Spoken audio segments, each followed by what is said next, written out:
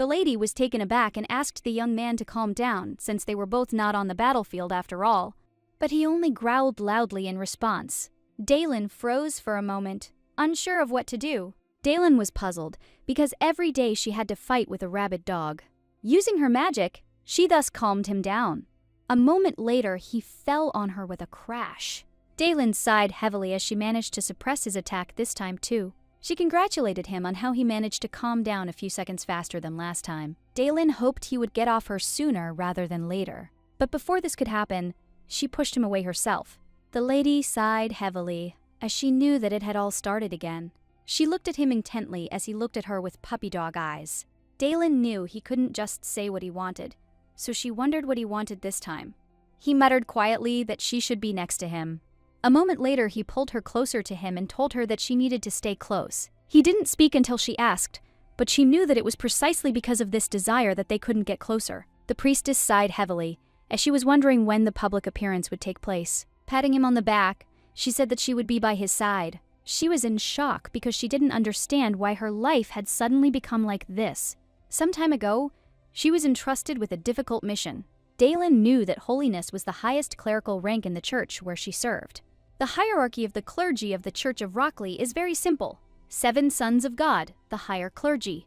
They owned all the temples and also headed a separate church. Unfortunately, she was not in this hierarchy because she was an ordinary novice. In those days, when she was young and naive, she was filled with happiness and the confidence that she was unworthy of the honor bestowed upon her.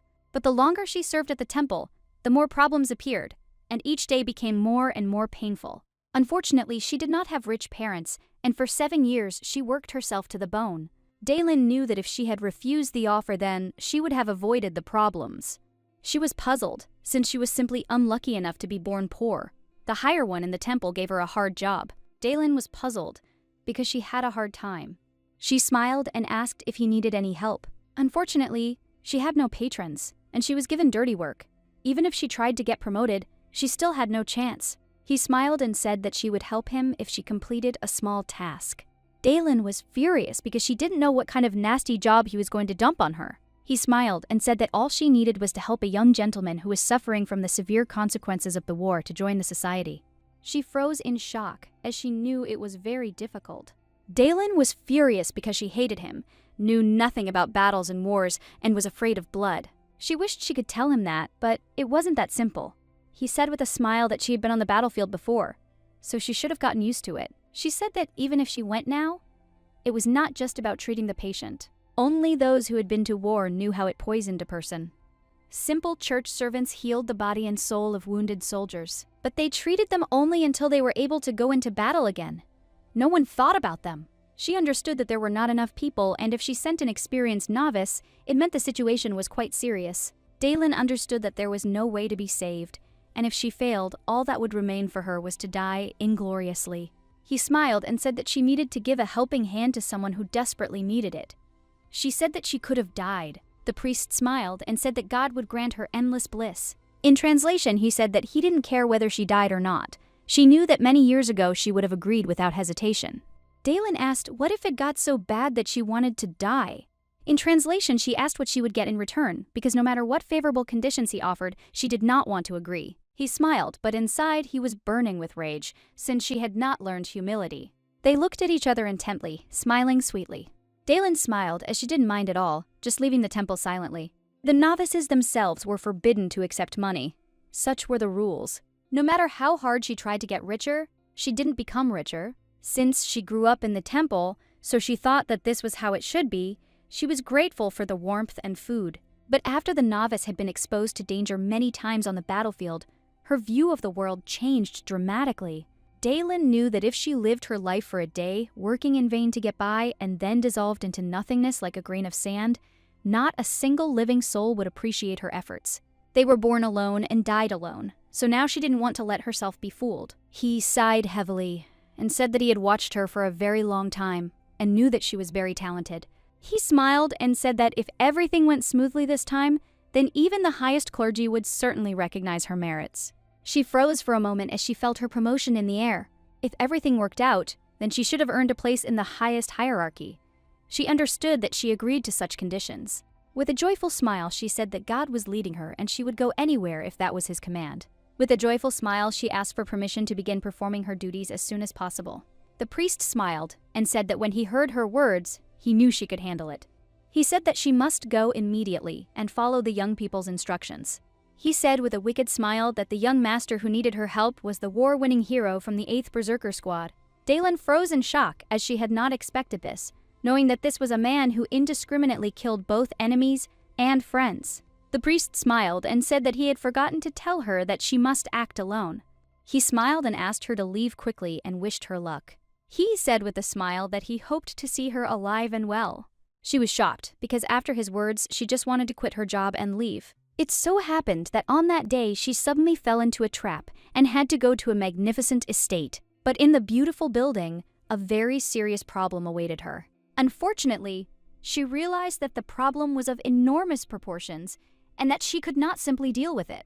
After some time, she slowly followed her problem. She was puzzled as she had only recently returned from the war, but she felt herself being pulled back into hell. Daylin has seen and been through a lot. Unfortunately, she no longer had the strength to cry. In the war between Rakleon and the neighboring state of Sorbin, victory was always on the side of the latter. With each new defeat, the morale of the troops fell, and unfortunately, no one anymore hoped for victory. The war was hopelessly dragging on.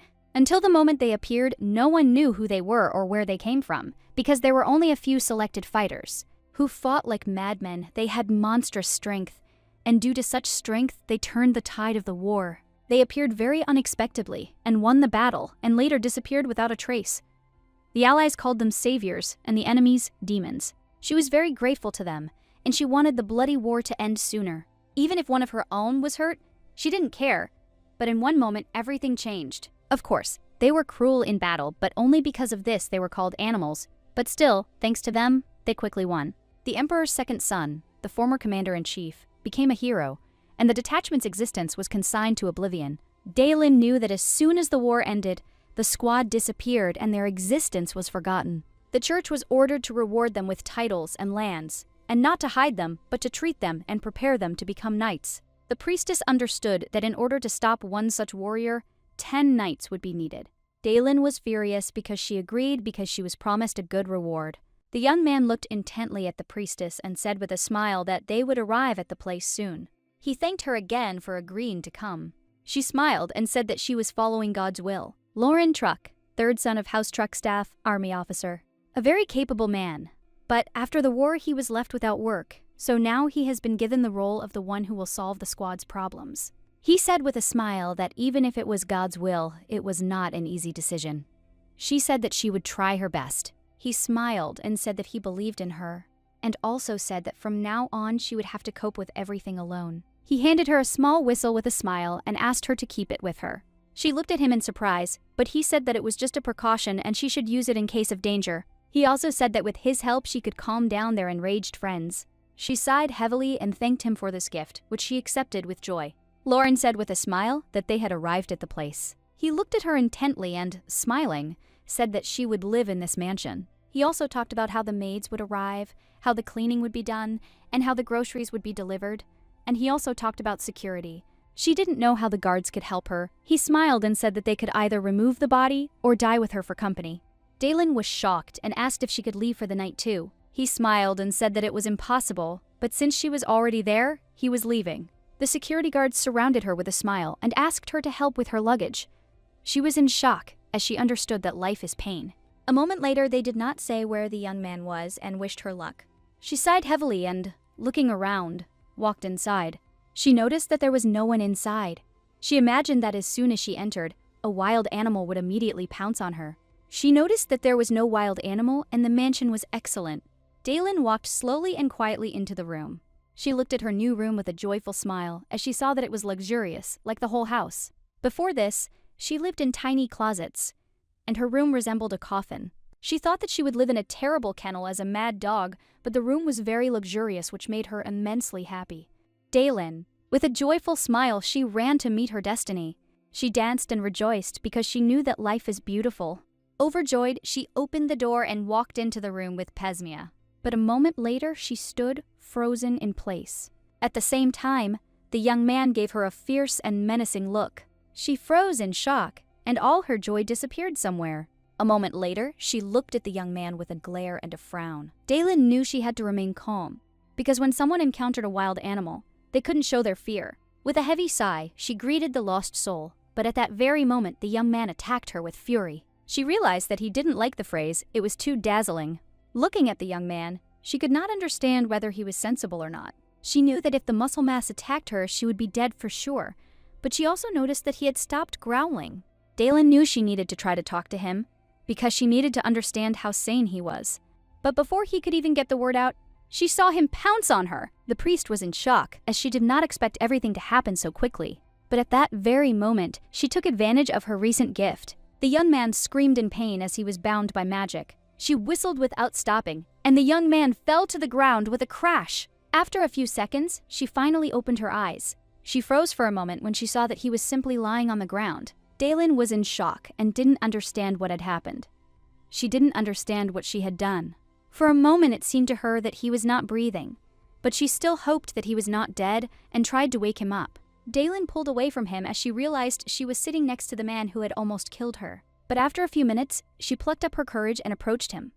She hoped that he was not dead. She was in shock because she understood that if he really died, she could be fired, and in that case, she would become a murderer. A moment later, she clearly saw marks on his neck, as if someone had tightened ropes around his neck.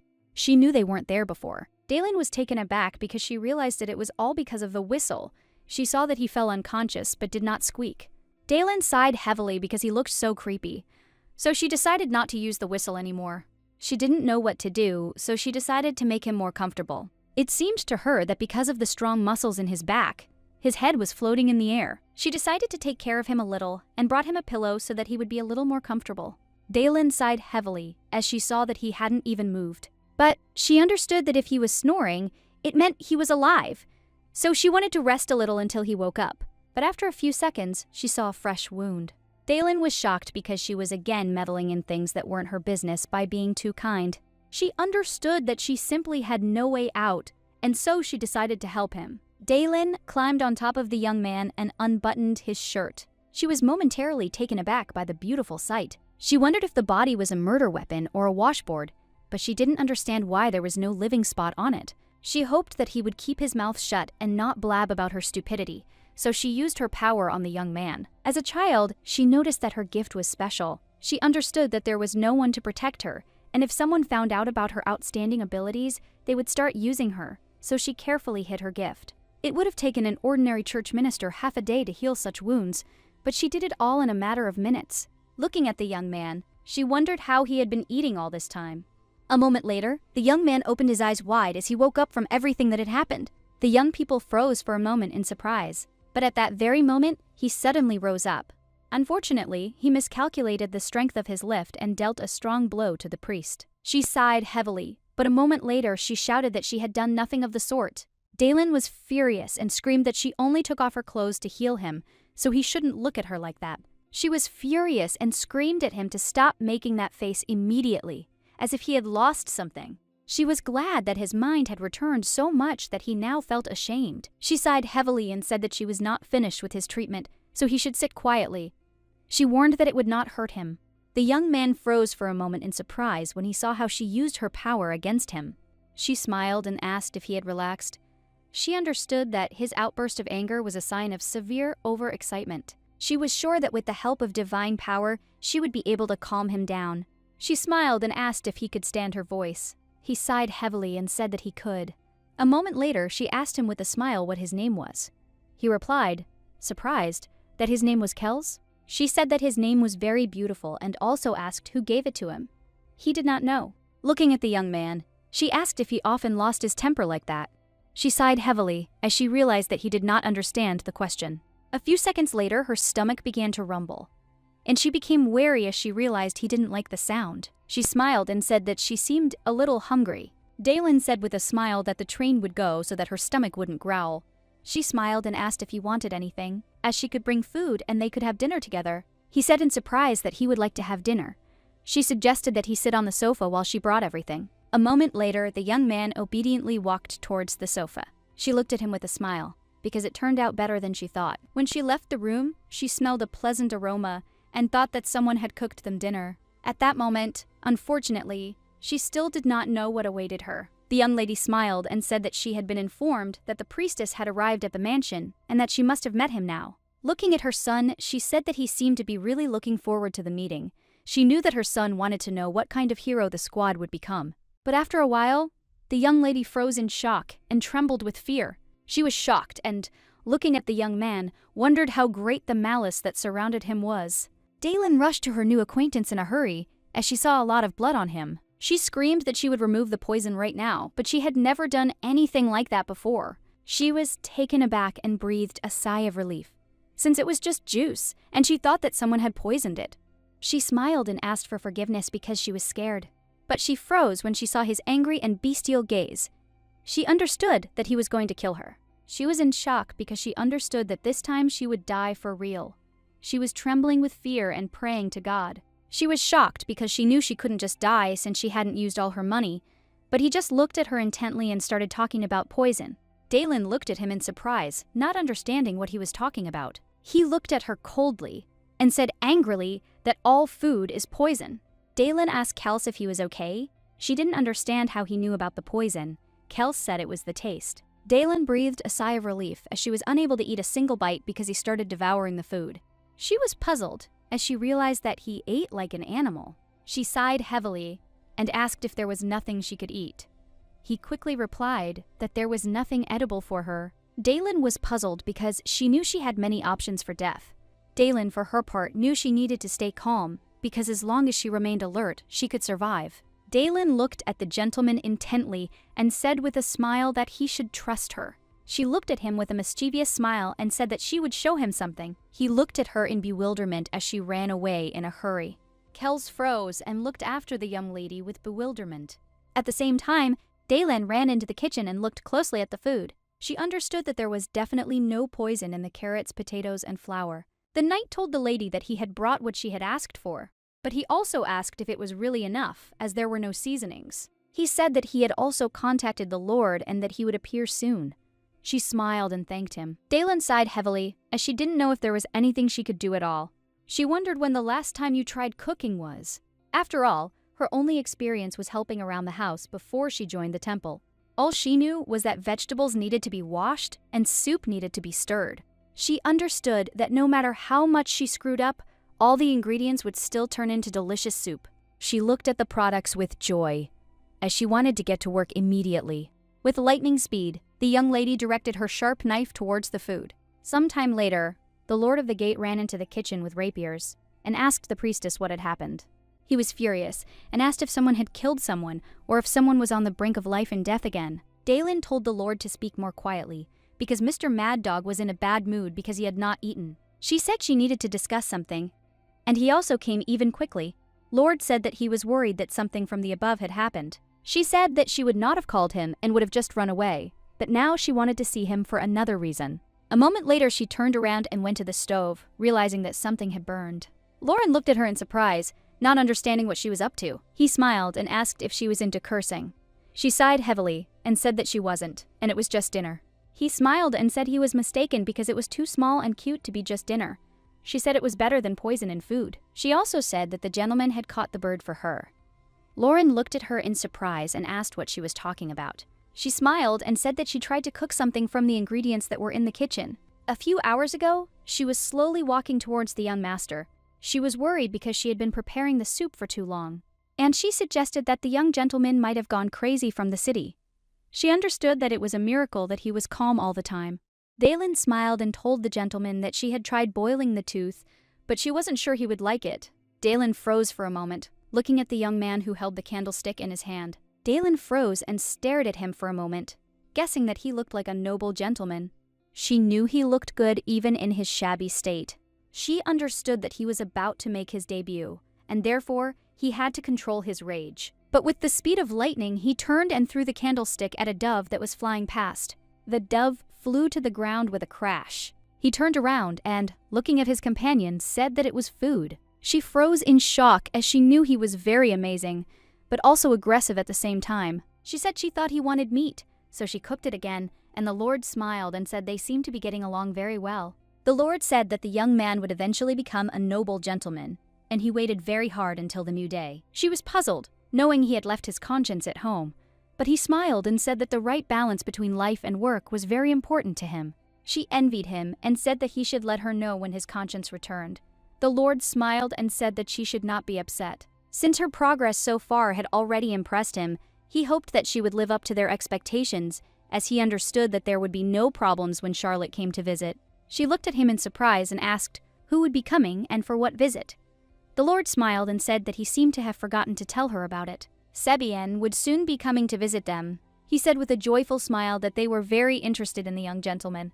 At that moment, her world collapsed. Charlotte is a very mysterious girl, but not for everyone. The current Emperor Recleon had 2 wives. When the first empress died, his mistress Penelia became the second. However, his love for Penelia did not last long, and soon the emperor became infatuated with another woman.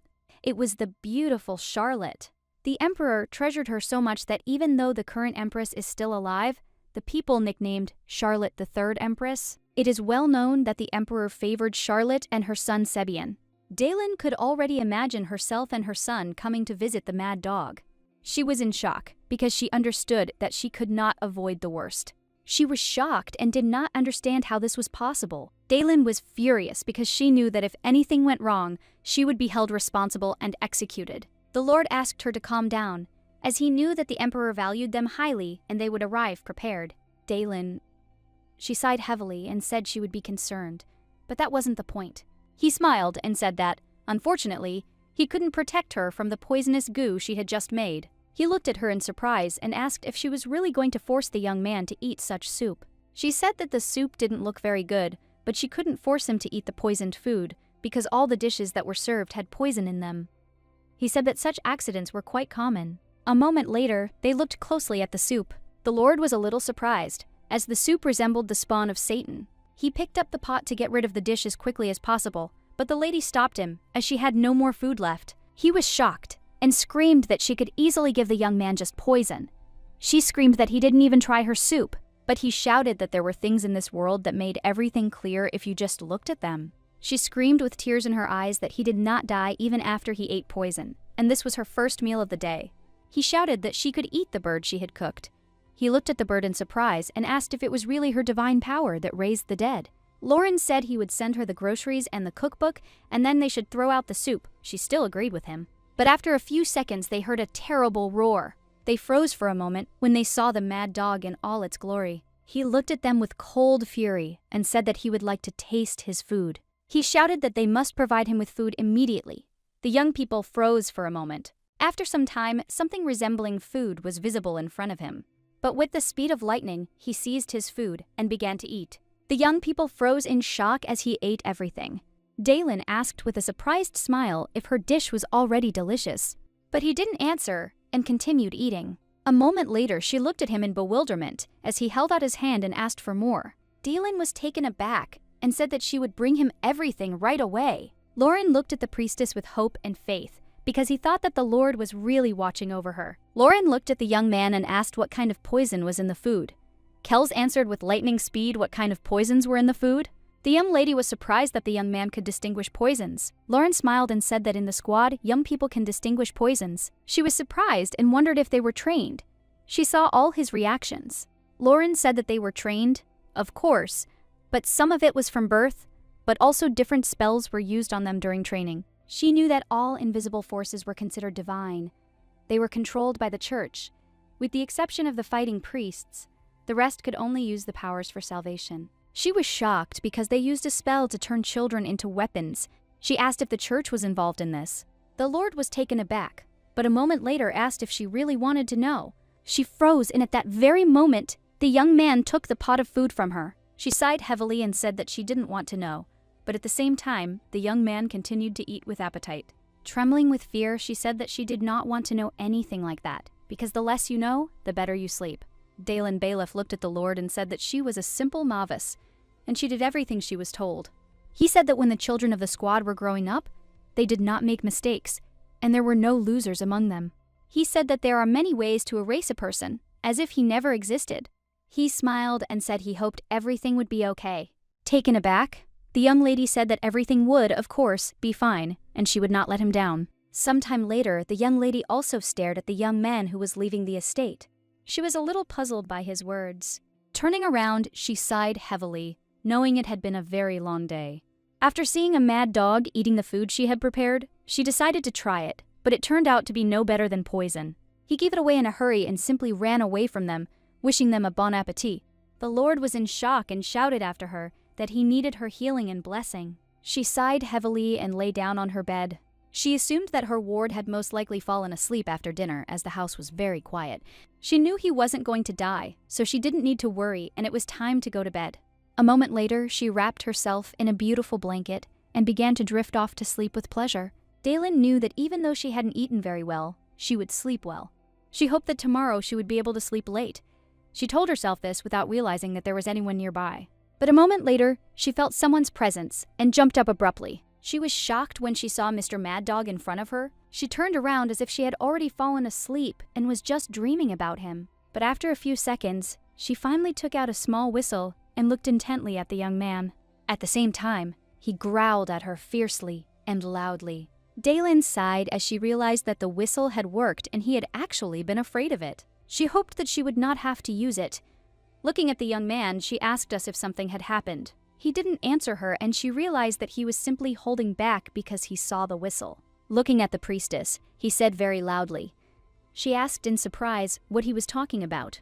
Kel said irritably that all the sounds were very loud, and he couldn't sleep because he could hear the voice and breathing steps. She was taken aback and froze for a moment in shock, but after a few seconds she said that she understood everything. She didn't think at all that he would be able to explain anything to her, and she asked for forgiveness because she was carried away by the situation. But after a few seconds, she was taken aback, because she knew that they were in different rooms, and they were far from each other. She asked in surprise if he could really hear her steps and breathing from his room.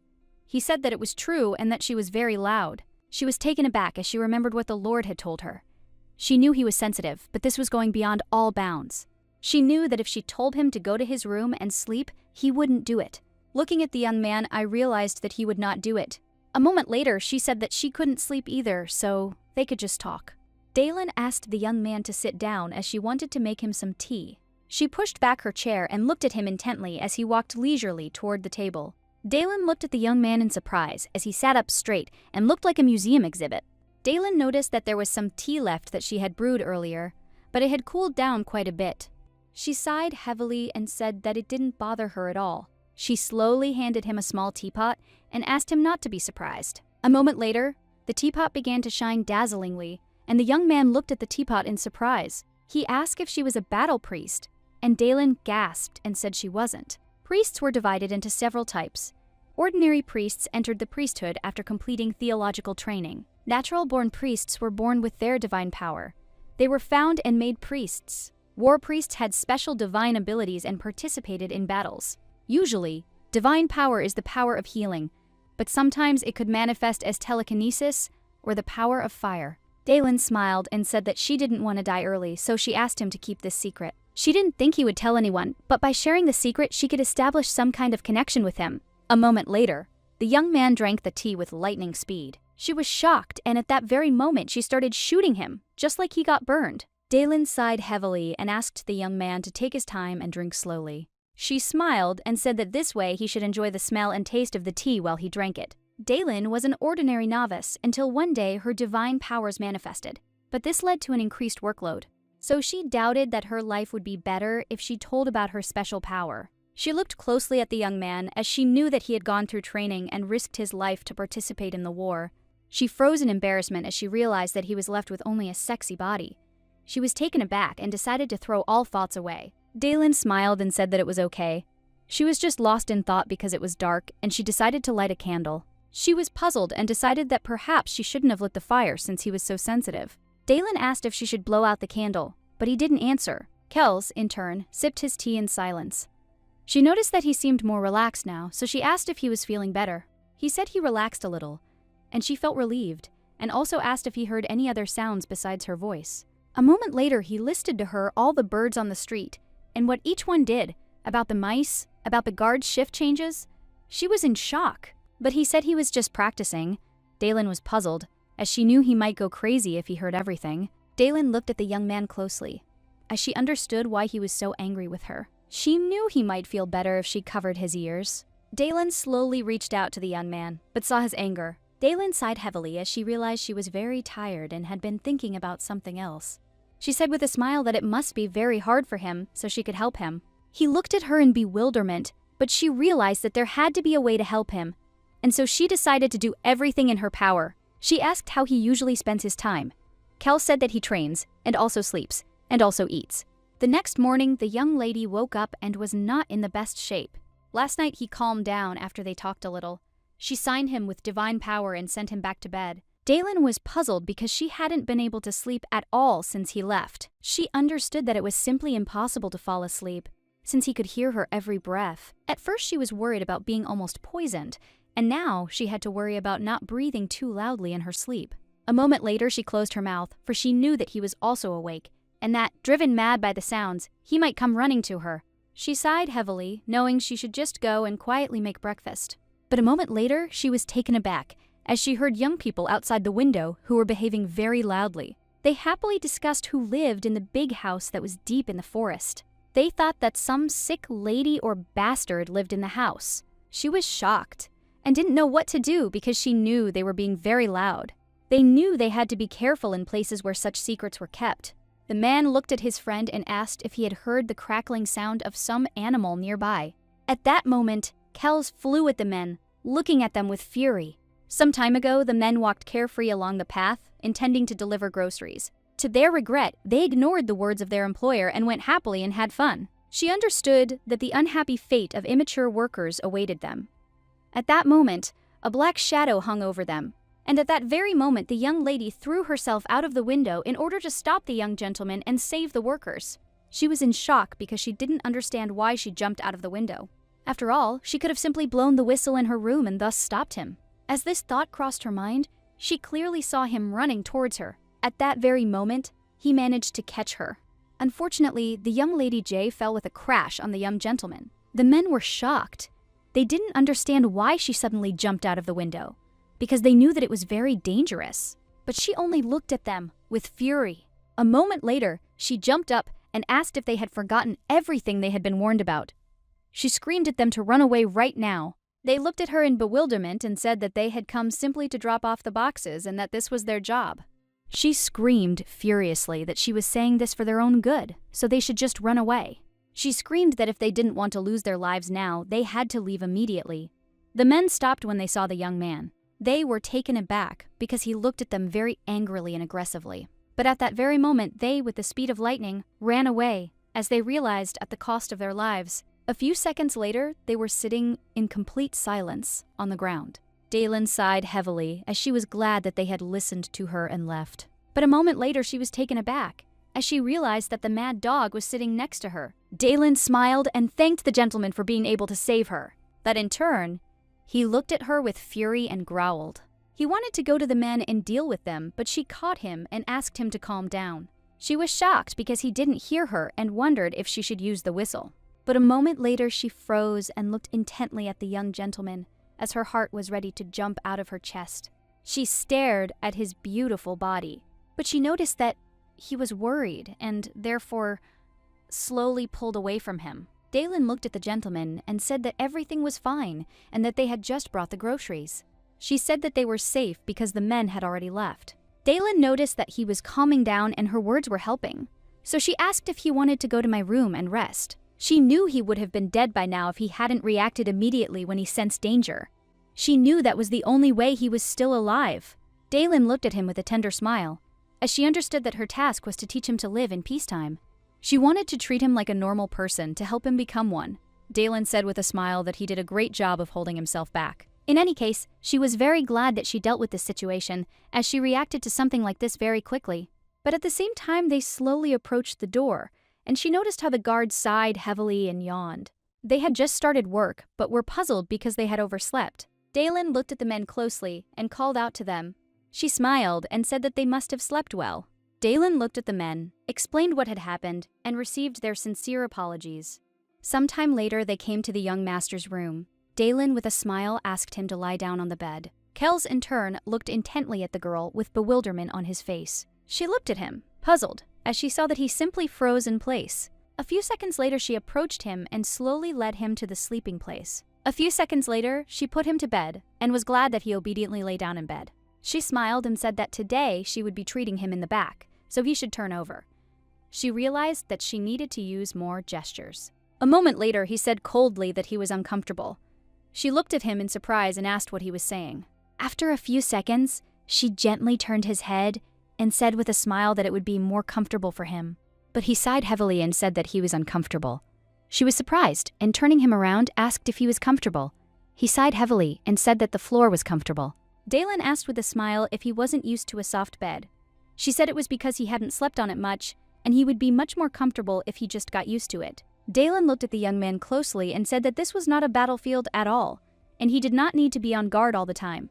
He did not answer her, but she said that his body became softer when he relaxed, and this was called a state of comfort. Dalen looked at him tenderly and said that from now on, he should learn to catch this feeling. She realized that he was not answering difficult questions, so she needed to fix that urgently. She froze for a moment and wondered what it meant to be a young master. She knew that all the aristocrats she had seen before were vile scum. Dalen sighed heavily because she knew she shouldn't turn him into someone like that. She assumed they wanted to turn him into the sweet and kind person that all the girls dreamed of. Dalen sighed heavily, knowing she had a long way to go. A moment later, the young lady saw that he was sleeping peacefully. She hoped not to rush things and start by sleeping on the bed. Dalen Q was glad that her charge had finally fallen asleep, so she went to the kitchen with lightning speed. She knew it was time to feed the muscle mass. Sometime later, the young lady was no longer alone in the kitchen.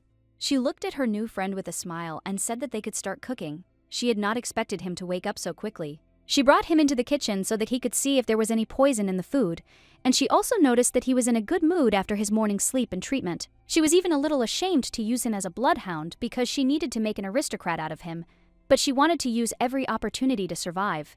She smiled and said that all he had to do was check if there was poison in the food. She slowly showed him each product, and he determined by smell whether there was poison in them. With a joyful smile, she said that the products were all fine. Looking at the recipe book, she wondered what to eat, because she knew that the guards had brought more boxes, and now they had a lot of food. She was glad, because the Lord thoughtfully presented them with a whole box which was filled with cookbooks. Dalen. After reading for a short time, she closed the book because she didn't understand anything. She wondered if the cookbook was in a foreign language. She knew it was very strange because she could read and wrote excellent explanatory notes. A few minutes later, she invited her companion to look at this book. Kells looked at the book intently.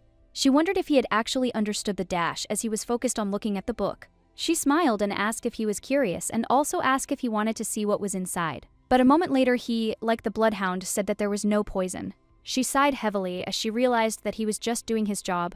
Dalen handed him the book and said that, fortunately, there was no poison in it, but with a smile asked why he didn't take a look at our holding. He looked at the book in bewilderment. She was a little surprised. Dalen sighed heavily and, looking at the young man, asked if he really couldn't read. She was shocked because she understood that he had been trained, but they hadn't taught him to read. He dryly replied that it wasn't necessary for combat. Dalen was shocked and didn't understand how they could have raised children like that. She didn't understand who even thought it was a good idea, and at the same time, she wondered why she was the one dealing with the consequences now. Dalen looked at the young man closely and said that it looked like she would have to teach him to read. He looked at her with confusion, as the word was new to him. Dalen asked in confusion if he didn't want to learn to read, and all she heard in response was dead silence. She was surprised because he didn't say anything, but he wasn't angry either, so she wondered if he had thought this through. She realized that he had only responded with insignificant words before, so she assumed that he didn't know what he liked and what he didn't. Dalen knew she needed to teach him to understand his feelings.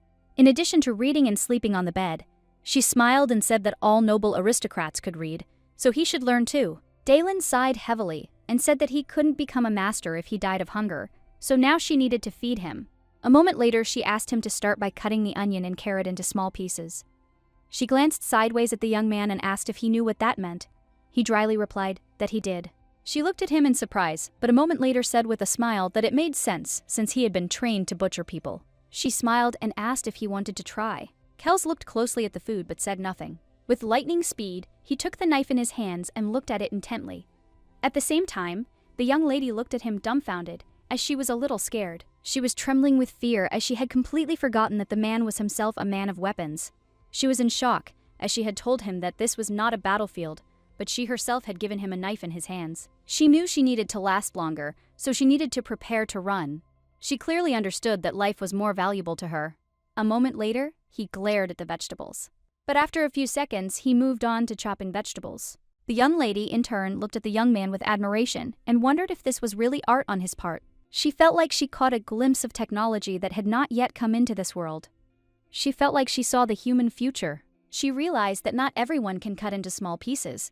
A moment later, he told her that everything was ready, and she jumped in surprise. Dalen smiled and praised him for his excellent work, and also said that it was quite a performance on his part, so she was eager to see the vegetables. But a moment later, she froze with a look of bewilderment on her face, as she saw only mashed vegetables. She looked at the vegetables with confusion since she had asked him to simply cut them into small pieces, but she assumed that was not what the book meant.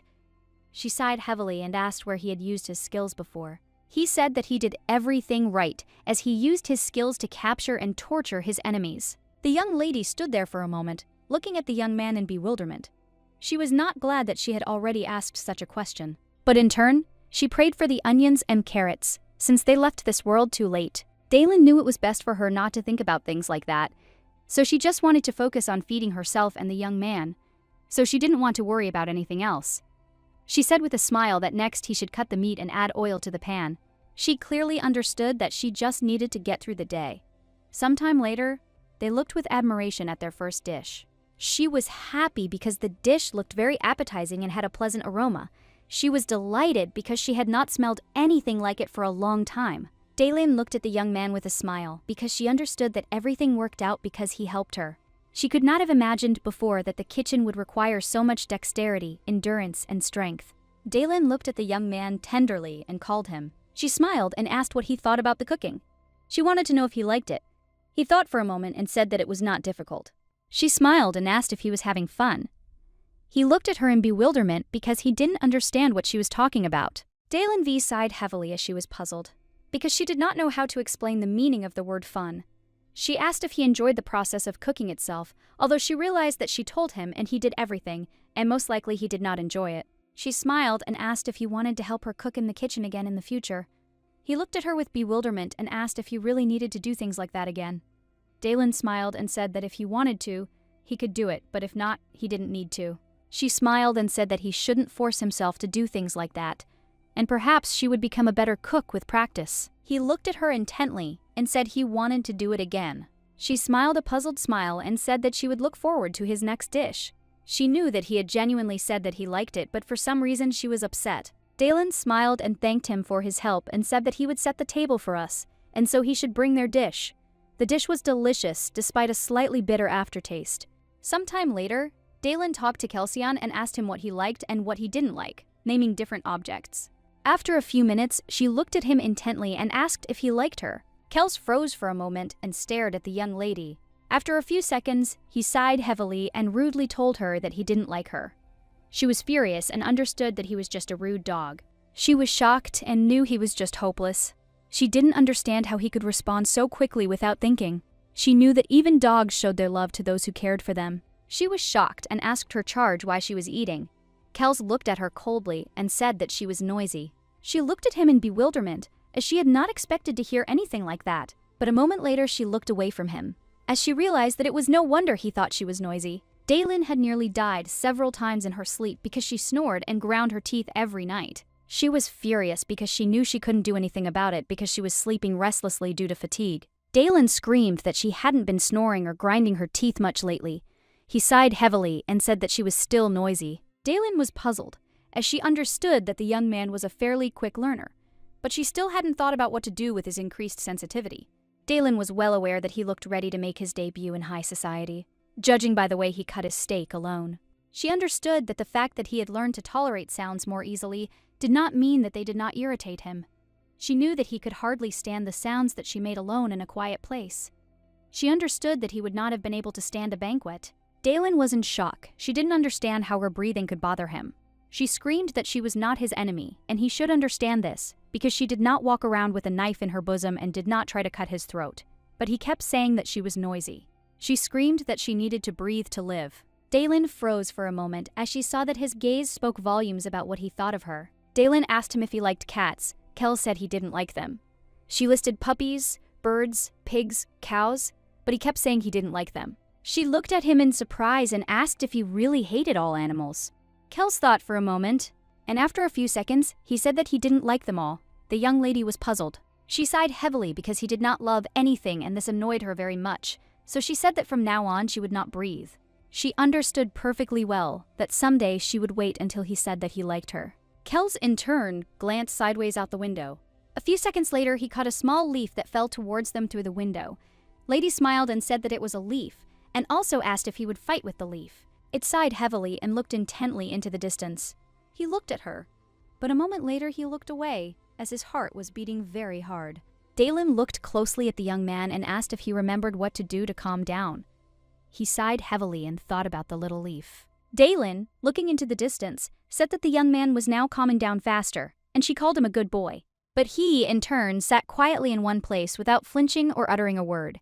He knew that she always made sounds when she moved or slept soundly, but now he really felt something that he had never felt before. He knew it was different from the calm that was forced upon him by drugs and spells on the battlefield.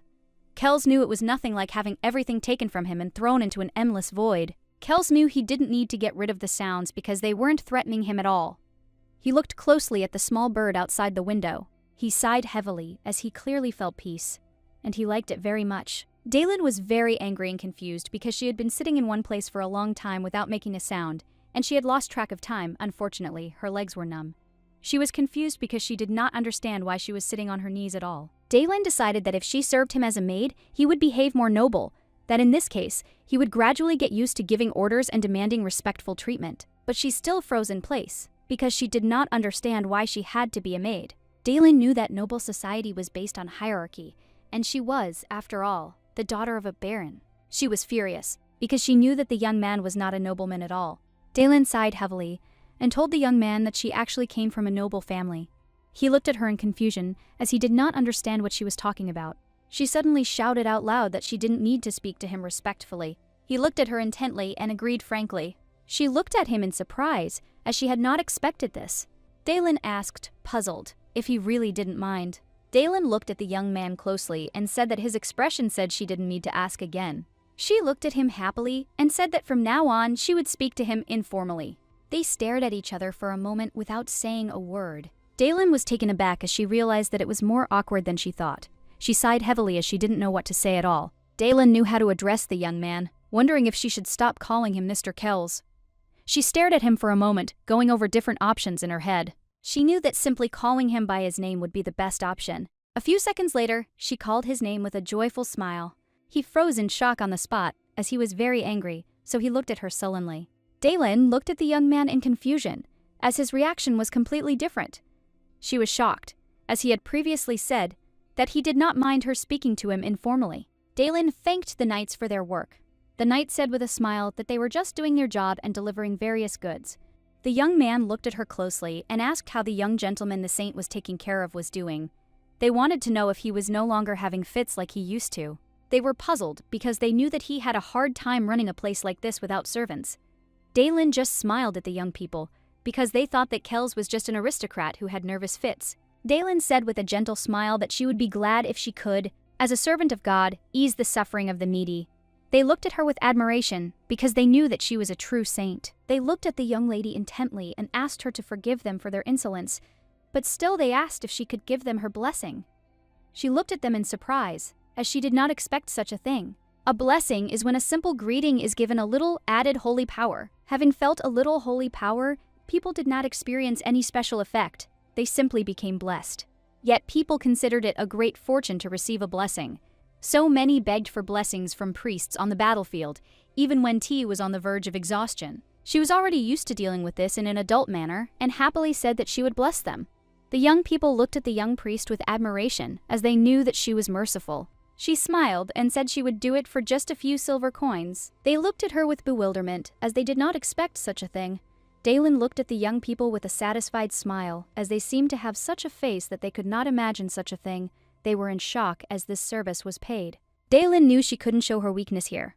Religion was faith, And the more confident she was, the more trust she inspired. Daylin said with a satisfied smile that the new power was given to her to serve this world, but she only had one body, and she could only give it to those who stood before her. She smiled and said that this was the reason she healed them, and she said that the money given would go around in circles and allow her to serve even more people. She said that these silver coins were just the will of God. They were shocked because they realized what was going on. She knew that it was complete nonsense. She knew that even if it was a lie, the priest's skillful speech could turn it into the word of God. Priests naturally became eloquent due to low pay and hard work. She thus asked them to accept the will of God. They looked at the priestess with admiration. Daylin looked at them with a smile and said that it was a wonderful choice. She knew that she had not charged enough for something like this before. A moment later, she quietly said that today they were lucky, and she would take the assignments. They looked at her with a smile, as they were glad that she took less than they expected. Daylin looked at the young people with a gentle smile and said that from now on, their whole life would go well and the blessing of the Lord would always be with them. They looked at her with joy, as their fatigue, which had accumulated over the past few days, went away in a matter of minutes. Daylin knew that there was no such effect, but she really gave away the holy power. She knew that thanks to the effect, their health improved and their faces became fresher, and also love and luck would increase.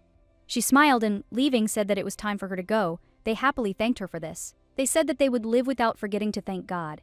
They said that they would definitely fulfill God and regularly go to church for services. She understood perfectly well that there was a small side effect, but she did not tell them about it. She prayed to God for forgiveness since she had risked her life at work. Daylin sighed heavily, knowing that yesterday she had faced a life-threatening situation over a trifle. It all started with the fact that she had flared up over a trifle and called her ward by a different name. She remembered his furious gaze and complete silence. Daylin looked at her new friend in surprise and asked if there had been any problems. He looked away from her. She looked at him in bewilderment. Daylin was a little taken aback as he said his name. He sighed heavily and asked her to repeat his name. Daylin sighed heavily and said that he didn't seem to mind. She asked if he was surprised and wondered if this was the first time he had been called by his first name. But he didn't answer and slowly got out of bed. Daylin looked at him in surprise and asked where he was going. Kels sighed heavily and said that he didn't like the bed. And with that, he sat down on the ground. She was taken aback, but said that she understood. She smiled and said that it seemed that no one in the squad had ever called him so familiarly. So she said with a smile that if she called him that more often, he would get used to it. Looking at the young man, she said his name several times. He sighed heavily and asked her to say the name again. She looked at him in surprise, but still said his name several times. But a moment later, she looked at him in bewilderment, as he leaned over and laid his head on her lap. Kels looked at the young lady closely and asked her to say the name again. She said his name over and over again, as it wasn't enough for him. But a moment later, she looked at him with a tender smile, as his behavior made her laugh. Daylin looked at him with a tender smile and said that he looked just like a puppy who had brought slippers for the first time. But a moment later, she was taken aback, as she had said too much. Daylin was shocked because she realized that he was not in the mood now after her words. After all, they usually called him a mad dog, and she was very worried that he could decide that a puppy is an insult. She understood that she should not laugh loudly because this could also alert him and spoil his mood. But a moment later, the young lady was taken aback and looked at her new friend in bewilderment, as he was behaving unpredictably. But he, in turn, looked at her intently and told her to continue. Daylin looked at him in confusion and called his name, but he said that was not it, and at the same time he reached for her face. She looked at him in surprise and asked if he had really just talked about laughter, Kels. He said that was exactly it. Looking at the young lady, he asked her to smile again. She was puzzled because she knew that if someone had told her that she had to laugh on command, she would not have been able to do so. But the young lady knew perfectly well that she had no choice, and she laughed hysterically. Kels looked at her with a displeased expression on his face, as she was acting differently than before. She smiled and said that he should understand that laughing alone won't work. He looked at her in surprise and asked what he should do in that case. Daylin smiled and said that usually people laugh together. Daylin, looking at the young man, said that he also needed to learn to laugh in order to move in society. He looked at her with bewilderment, thinking about her words. But a moment later, he sighed heavily and leaned closer to her. She looked at him in surprise and asked if it was really that difficult for him. Daylin sighed heavily and asked if he had never laughed. She was puzzled because she didn't know how she could teach him something like that. Daylin smiled and said that he could definitely do it, just like ordinary people could, and that meant he could do everything too. She shouted that he would quickly learn everything. Daylin looked at the young man with a smile and asked him to raise his hands up and repeat after her. He sighed heavily, but still did as she asked. At the same time, the young lady slowly carried the box of groceries into the kitchen. Dalen understood that facial muscles were just muscles, and he would learn to smile in time.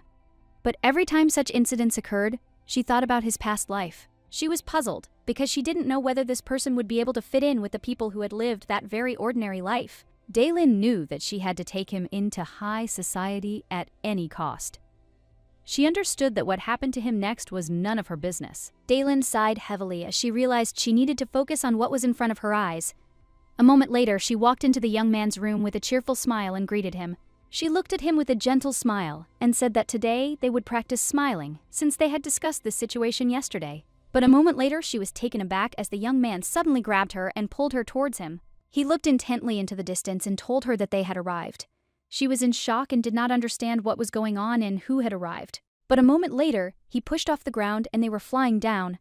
Dalen was in shock and screaming at the young man to stop immediately. She was puzzled because she saw that a lord had come to visit them at the estate. The young man was taken aback when he saw them flying towards him. He looked at them intently and said that they had suddenly jumped down, and that was why he was very scared.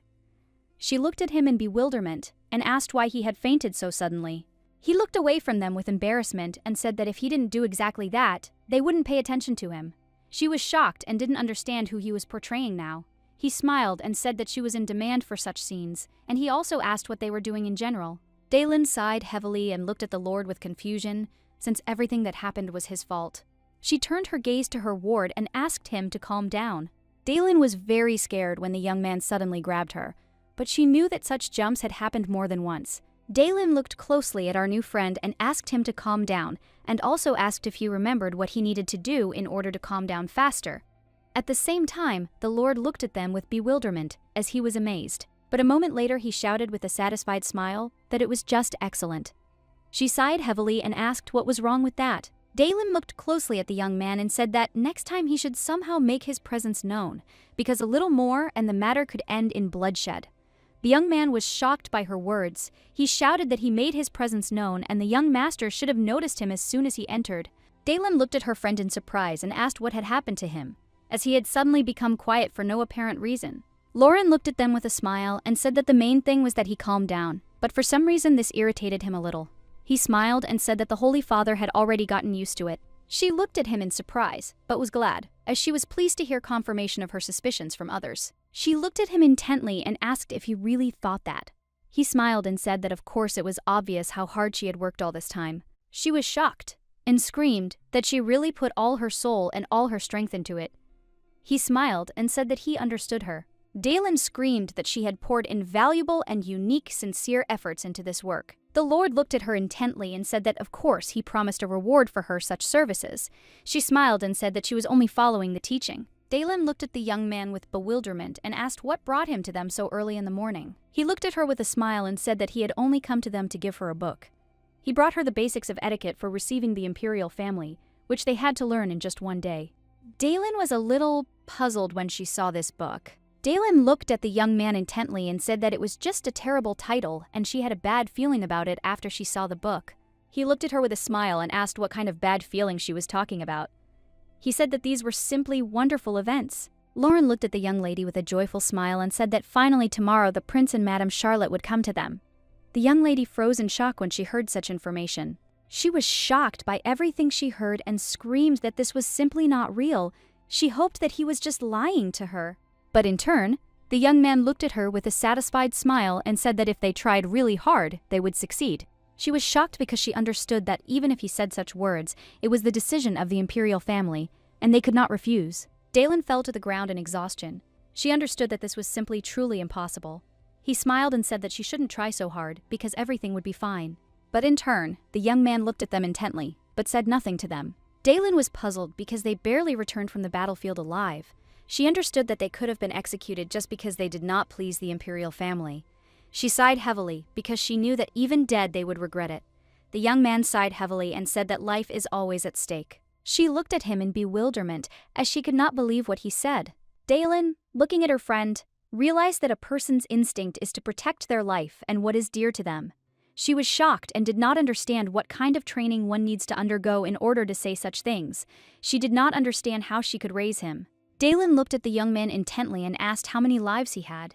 He always looked at her with a knowing look, but she said that he only had one life. He looked at her in surprise and said that everyone had one life, Dalen. In all seriousness said that for this reason everyone valued their life, leading to only one. Dalen sighed heavily, as it seemed to her that he did not quite understand her. But looking at him, she asked him to take care of his life so as not to lose it. Dalen assumed that if she simply told him that, he would remember her words at the right moment. But she assumed that no one had ever said such simple things to him, so he didn't understand them. She saw his silent gaze, which did not express any emotions. Dalen looked at the young man with a smile and said that he was a good boy, because he tried very hard. Because earlier she said that if he did not understand anything, he should just nod his head. She turned around and sighed heavily, knowing they would have to skip the smile practice if she wanted him to greet the guests looking like a tough guy. Dalen sighed heavily and told her companion that there was one important mission that needed to be completed before the meeting. He looked at her in confusion, not understanding what she was talking about. She turned around and said that an important mission awaited them. Sometime later, she said with a satisfied smile that they were in for a general cleaning. She was even a little ashamed to force him to act like a tough guy like that, but if they saw the whole pigsty, they might cut their budget. Dalen looked at the young man with a smile and said that she would clean the corridor from the first floor to the women's wing, and he should take care of the stairs and corridor on the second floor. She smiled and said that they would hardly be able to clean all the rooms, so they needed to clean the corridors that would definitely catch the eye. He looked at her intently and said that he understood everything. Dalen understood perfectly well that cleaning was not her job at all, because according to the young lord, she only had to look after the young man, and other people were supposed to do everything else. But as soon as she arrived at the estate, she immediately realized that due to certain circumstances, the cleaning was left to her. Neither she nor the young man paid much attention to such things, so they were not uncomfortable without someone looking after the house, but she had not expected that they would have to clean up so suddenly. Dalen sighed heavily, as they were used to seeing only polished hallways, so she needed to thoroughly clean the floor at the entrance. Dalen sighed heavily, knowing she needed to focus on cleaning. She was worried because she knew the situation was far from peaceful, because the imperial family would arrive tomorrow, and they had to clean the entire huge mansion in one day. She wondered if she had become stronger because she was curious about it. She thought that she had become stronger after returning from the battlefield. She understood that she simply had incredible fortitude, but a moment later she threw all her thoughts away more easily because she knew that this was not true. Dalen knew it was because her new friend had become so reliable and she had learned to cook. But a moment later, the young lady was taken aback and froze for a moment. She wondered if he even knew how to clean. She was shocked because she realized that she had made a huge mistake. She ran in a hurry to meet the young man because she was shocked by her logic, because she left him alone and did not even check if he knew how to clean. She was in shock and did not understand how much time had passed, and she hoped that he did not tear the wallpaper to shreds, like in his room. Dalen wondered again if he had stained the paintings while trying to clean them. She was shocked and didn't understand what they would do if a dark pink color appeared on the painting. In a hurry, the young lady ran into the corridor, which was being cleaned by a young man. She froze in shock as she was blinded by the bright light. She looked at her with bewilderment, but he looked at her with even more bewilderment but continued cleaning. She was shocked, because he cleaned very well. Dalen looked at the young man closely and asked him to stop.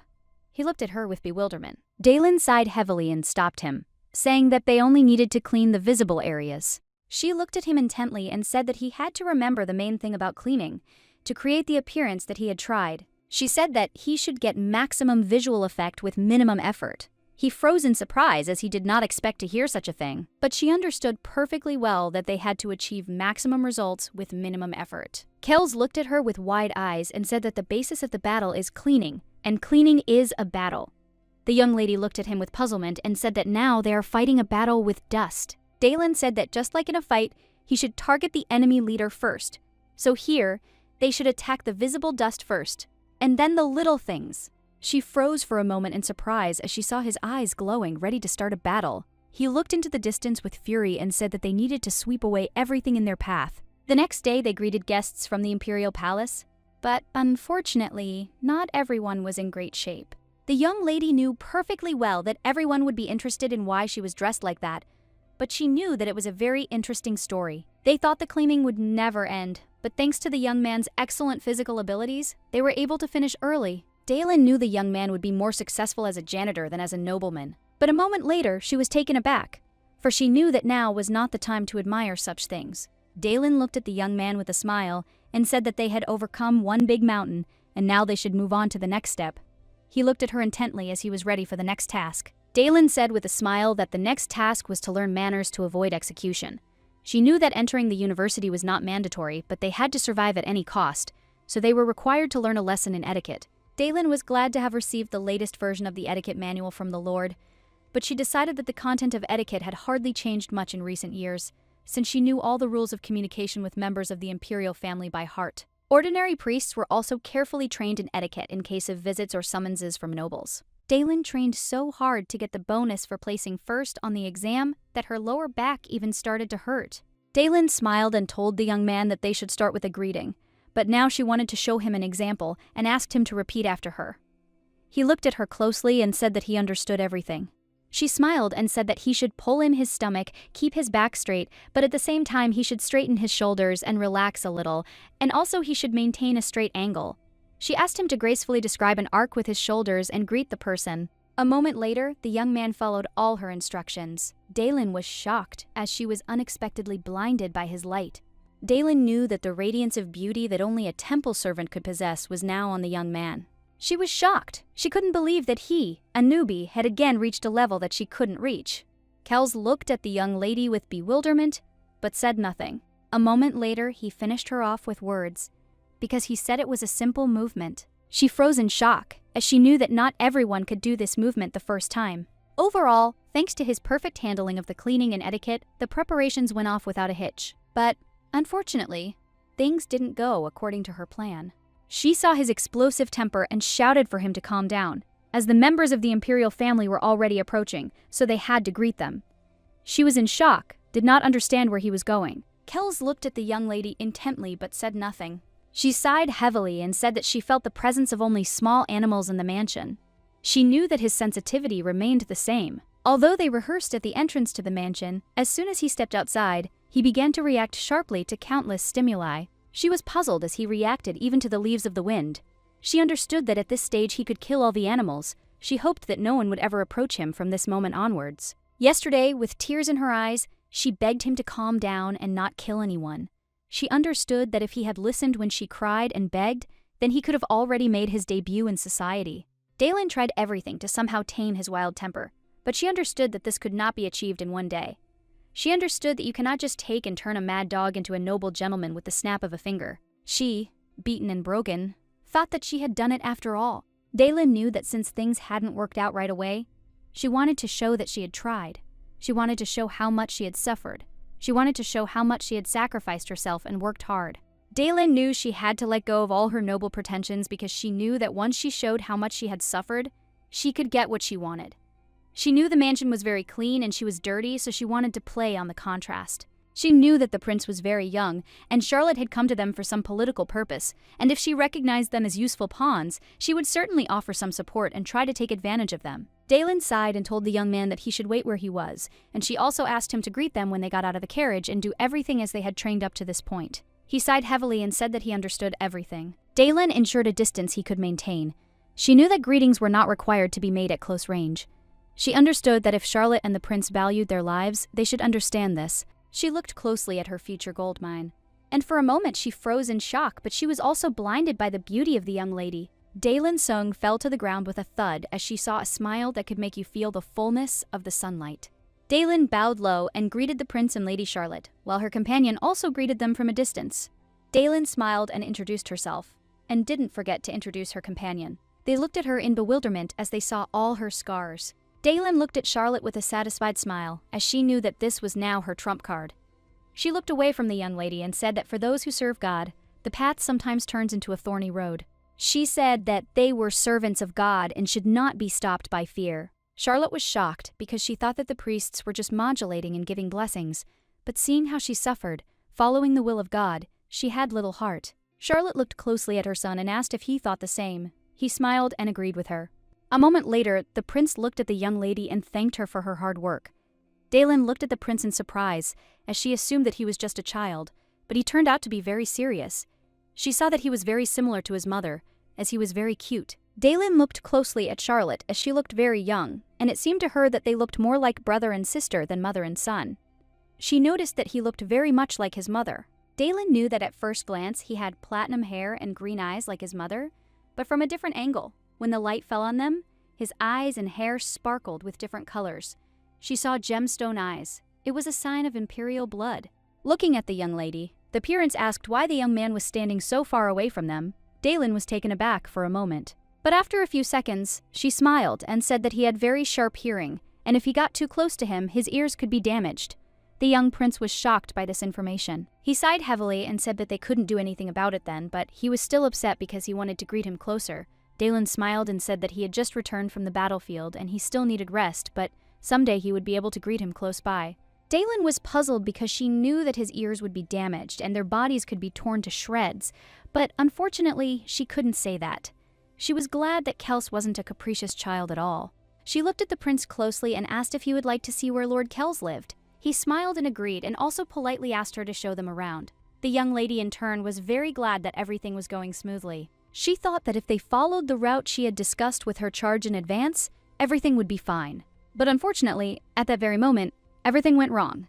As they were attacked, and the arrow flew past the young lady, but at the same time it touched her fragile and without that skin. The arrow hit the carriage with a roar and almost hit the young prince. Dalen was acutely aware that things didn't always go the way they wanted.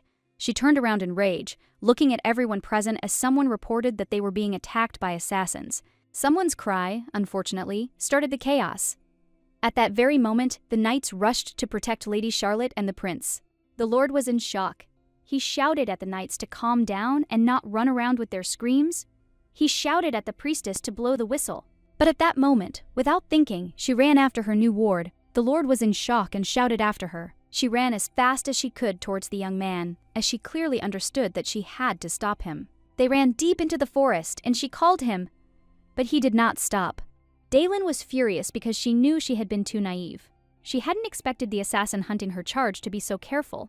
She thought Charlotte and the prince had nothing to worry about because they had knights and bodyguards. Dalen was furious because she saw that the young man had run away and she had let him go. The knight shouted at the priestess to run away and they would take care of the rest. She turned around and shouted angrily that it was her cue. She didn't understand why they were still here. She shouted and asked if they hadn't received orders from the lord. The young man was taken aback and looked at the young lady with bewilderment. He said that everything was exactly like that.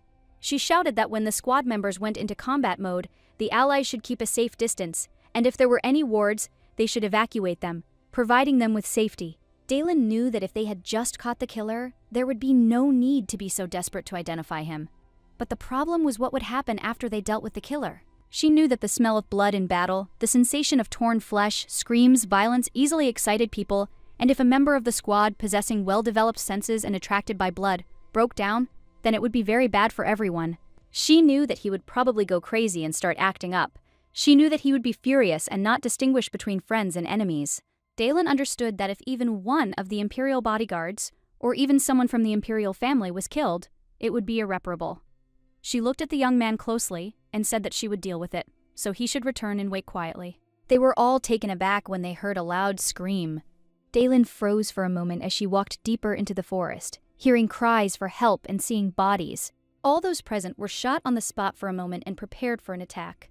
The young lady, in turn, slowly took out her weapon. At the same time, the lord ran up to them and shouted to Dalen not to come closer and to quickly pull out the whistle. Dalen, she was furious and knew she had to fix everything no matter what. At that very moment, she rushed to meet her charge. But she was taken aback when she saw his enraged look. He ran towards her screaming without realizing it. Dalen was furious and knew she didn't care what happened next. The lord was in shock. He shouted to the priestess, but it was all in vain as he saw that she rushed towards the young man. At that very moment, they ran towards each other. Dalen called the young man, but he didn't answer her. A moment later, she threw herself into his arms. She hugged him tightly and hung on his powerful body, but he was still burning with rage. He ran past everyone. They were in shock because they didn't know what to do.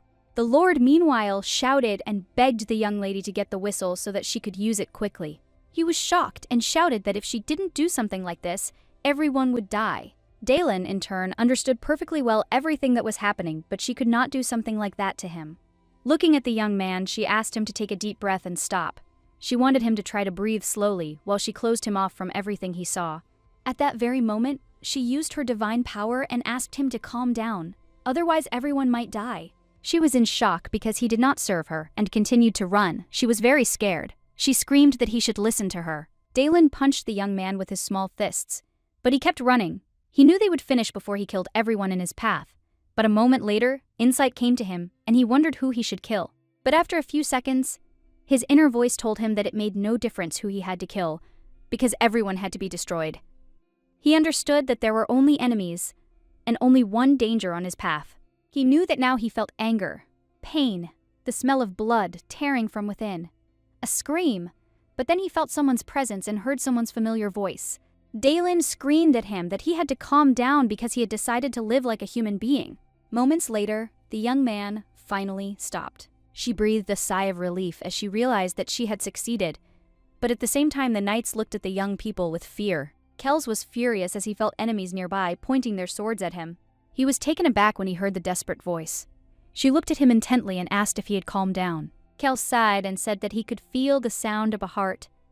She looked at him with a happy smile and said that it was. Dalen asked joyfully if it was too loud. She shouted that he should wait and she would immediately move away from him, but at that moment the young lady was taken aback as he hugged her tighter. He whispered quietly that she should not leave, because he wanted to hear the sounds of her heart. Dalen was puzzled, because she understood that an incident had occurred, and a serious one at that, right in front of the representatives of the imperial family. She understood that she needed to somehow explain this situation. So she thought, but a moment later a real miracle happened. Charlotte looked closely at the young lady and said with a smile that she had done much harder work than she could have imagined. Dalen sighed heavily and said that she was only following God's will, and at the same time she apologized if she had frightened them. Charlotte looked at them with a gentle smile and said that nothing terrible had happened, since an attempt on her life was a common occurrence. She smiled brightly and said that she was deeply touched by God's broad heart, full of mercy and love, and also by the beautiful courage of the young lady who followed God's will. She smiled and said that this impressed her the most. The young lady was shocked because Charlotte was smiling too brightly, but she bowed low and said that it was just her mission. To give the impression of a holy priestess who sacrificed herself is her true mission. Charlotte looked at the young lady with a smile and said that she, of course, could not interfere with the sacred work of God, but she wanted to do her best to help her, somehow as a human, one way or another. She, in fulfilling her mission, enlisted the support of a high-ranking lady. Dalen was furious because she didn't even want this to happen. She was very tired and wanted to go to rest as soon as possible. Dalen was grateful for the help, but now she was exhausted, so she had no time for it. She unfortunately did not have the strength to curry favor even with Lady Charlotte. True trust, that's what she wanted to get. Dalen looked at the prince with a smile and asked if he was injured. The prince said with a happy smile that he was fine, but her actions and the young master's were simply magnificent. Dalen looked at the prince with bewilderment, as she did not understand what he was talking about. The prince looked at the young lady with a satisfied smile, said that it was even stronger than they said about her, and he looked forward to meeting them at the banquet. She was taken aback, and said with a smile that she would do everything possible to make this meeting happen. Dalen smiled at the prince, but in her head she thought that he was still a very strange child. She wondered if his eyesight was bad. She couldn't imagine how cool he looked now. Charlotte told her son with a smile that the young lady would have a lot of trouble in the future, since making her debut in high society was not an easy matter. Charlotte smiled and told the young lady that she'd actually heard about the case before. Only negative reviews, but current events in the village had given her hope. Charlotte smiled and asked if the day would come when she would be able to talk to Kells on her own. Dalen looked at Lady Charlotte, but after a few seconds, said that of course she could do something like that. Charlotte looked at the young lady with a gentle smile and extended her hand to her. Dalen looked at her with bewilderment. Charlotte smiled and said that she was looking forward to this moment. Dalen, in turn, froze for a moment in bewilderment. But after a few seconds, she asked for forgiveness because her hands were now very dirty. She quickly wiped her hand. Charlotte smiled and said that it was a great honor for her to touch the noble hand. Dalen looked at the lady intently, as she knew that she was a brave girl, although she had no experience in war, as she did not hesitate to extend her hand, which was stained with blood and pieces of flesh. Dalen froze in shock as she felt a holy power coming from the young lady. Charlotte smiled and said that she was glad to have such a meeting, and she also said that she was glad that such a strange and capable priest took on such a job. Dalen was taken aback for a moment and froze in place. Charlotte smiled and said that she hoped for their further cooperation. Charlotte looked closely at her son and said that it was time for them to go back. The prince smiled and said goodbye to the young people as he left.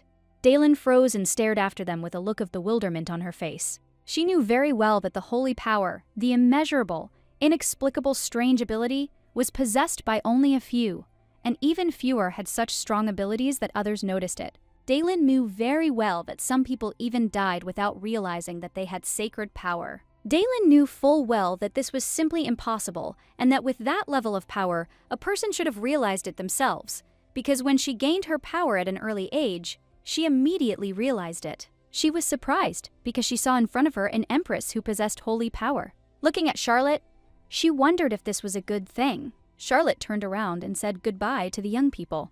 Daylin sighed heavily as she decided to let this situation go, because even if she knew about it, she couldn't do anything about it, because she knew that this was a matter of high circles. Daylin bowed and asked the young men to take care of themselves on the road. Daylin was puzzled because she couldn't get the idea out of her head that the Empress possessed holy powers.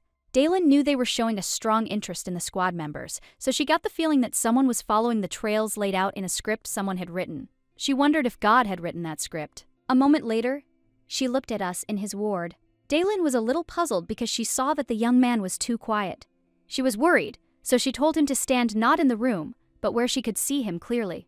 Daylin was taken aback and wondered with fear if he had passed out while standing. She knew she had poured a lot of holy power into him, and it wouldn't be surprising if he lost consciousness now. They stood in silence for a while, looking into the distance. Daylin knew it had been too long a day, so she returned to the mansion as quickly as possible.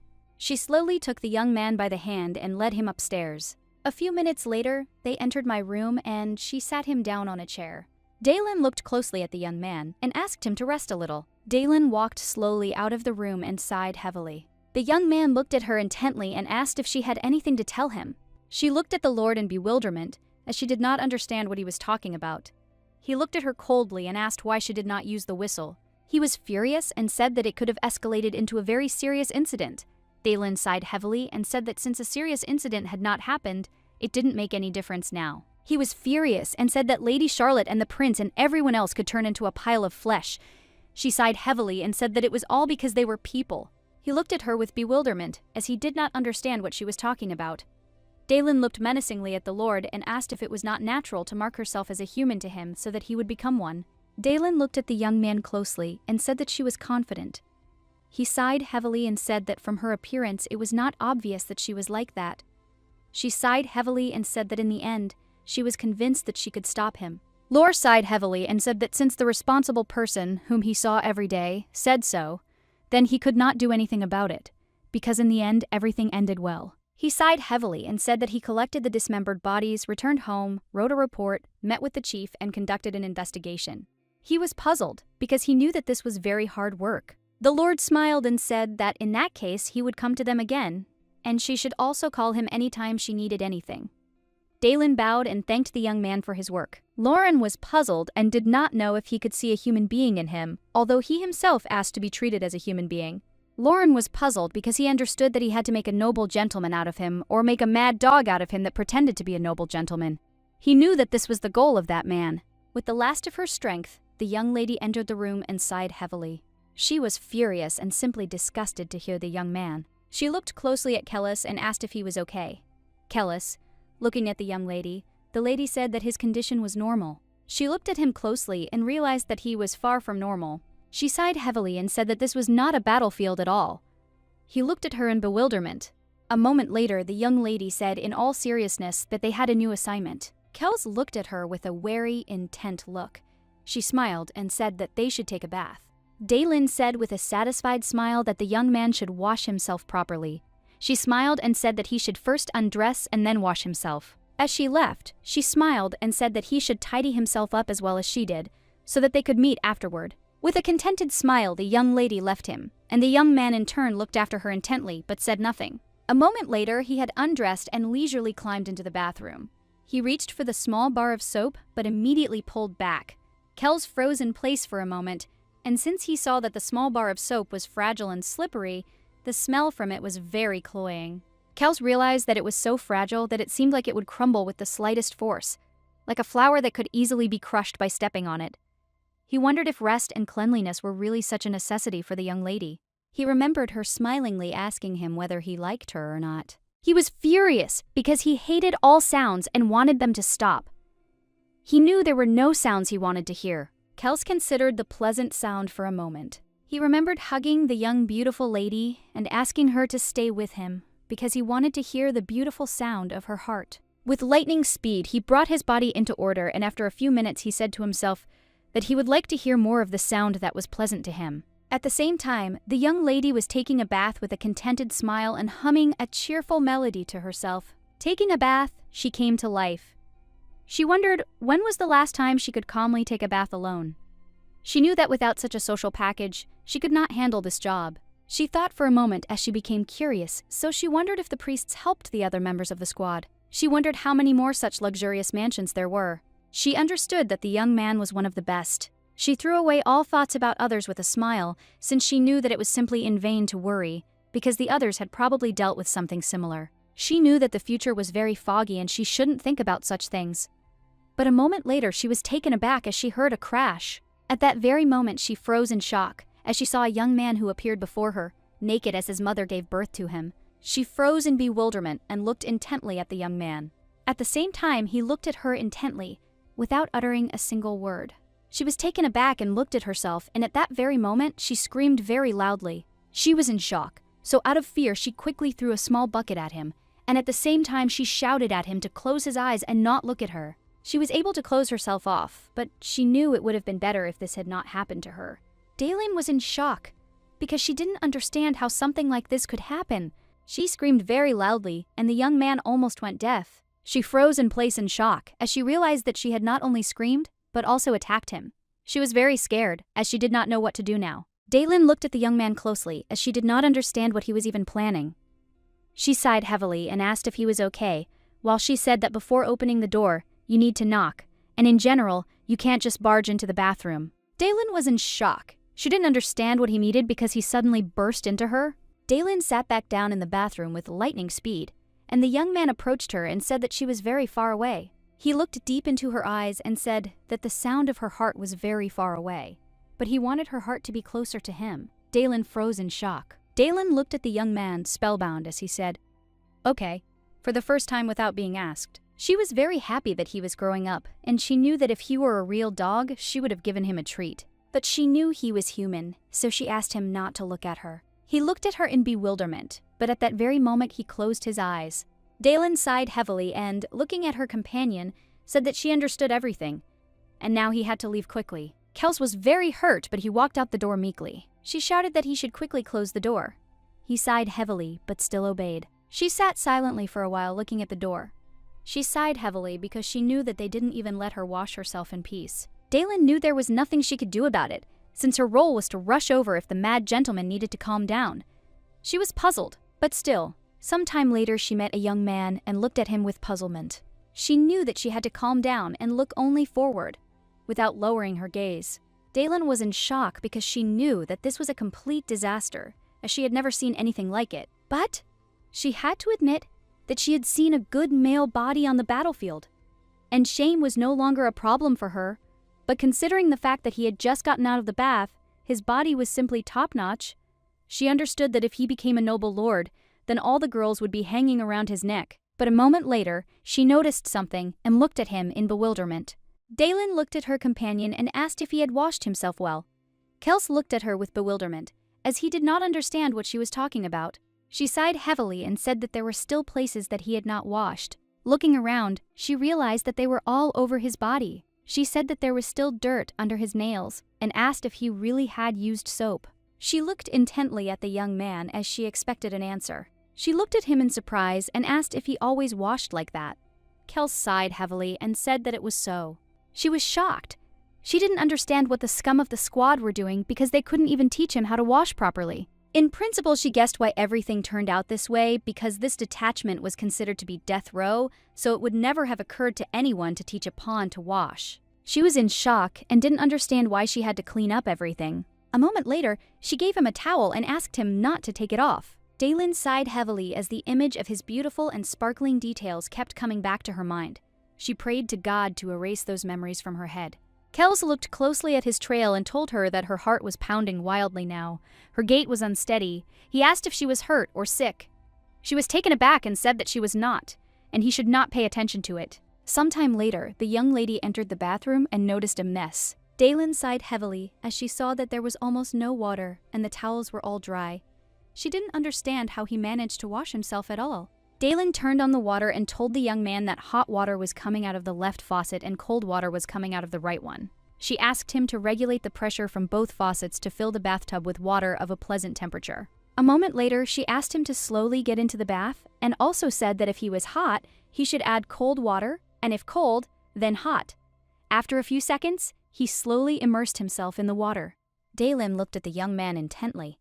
She saw a stern but controlled expression on his face, and sighing heavily, she said that if he felt too hot or cold, he should say so. Kels said with suppressed fury that he didn't like baths. She touched the water with confusion and said that she thought the temperature was just right, but she still asked what specifically he didn't like. He sighed heavily and, looking at the young lady, said that when taking a bath, all sensations were dulled. Kels was puzzled, knowing that he wouldn't be able to react to the attack and that at this rate his reaction time would be slowed down.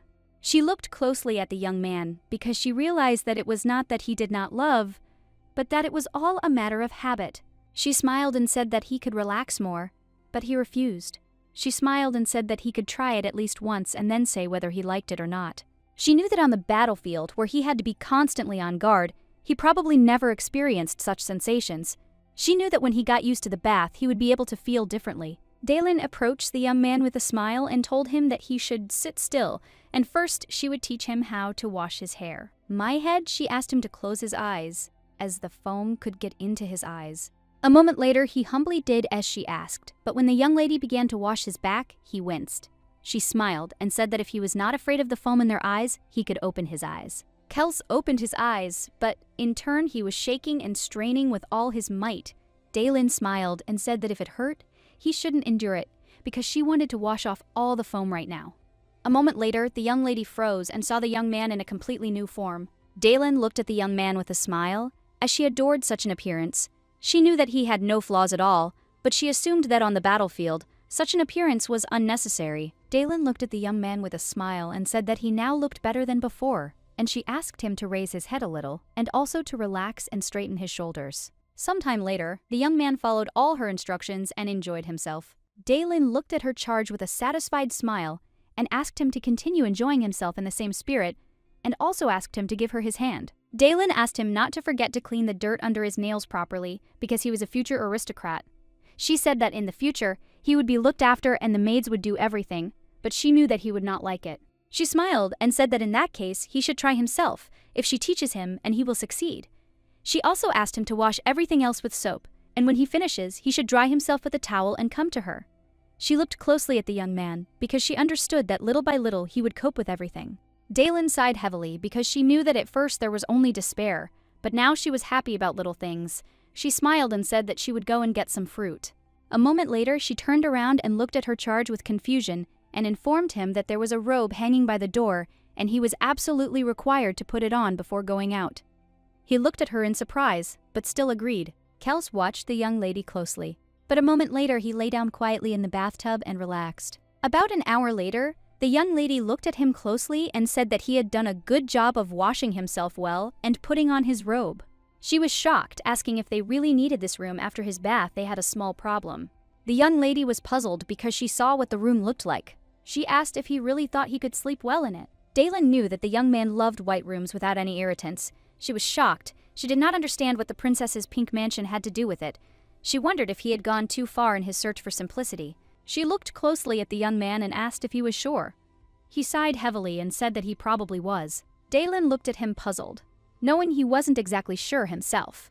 But she didn't want to bring the subject up any further. Dalen sighed heavily and said that since it was necessary, she agreed with him. Dalen looked closely at the young man and said that he should understand that her room was next door, so he should not make noise, regardless of his facial expression. He said that everything would be fine. She sighed heavily as she remembered how he had come to her last time, but she realized that if he spoke, she had to take him at his word. Dalen threw all her assumptions away, as she understood that nothing was normal. Kels sighed heavily and said that the words did not really match up with her actions.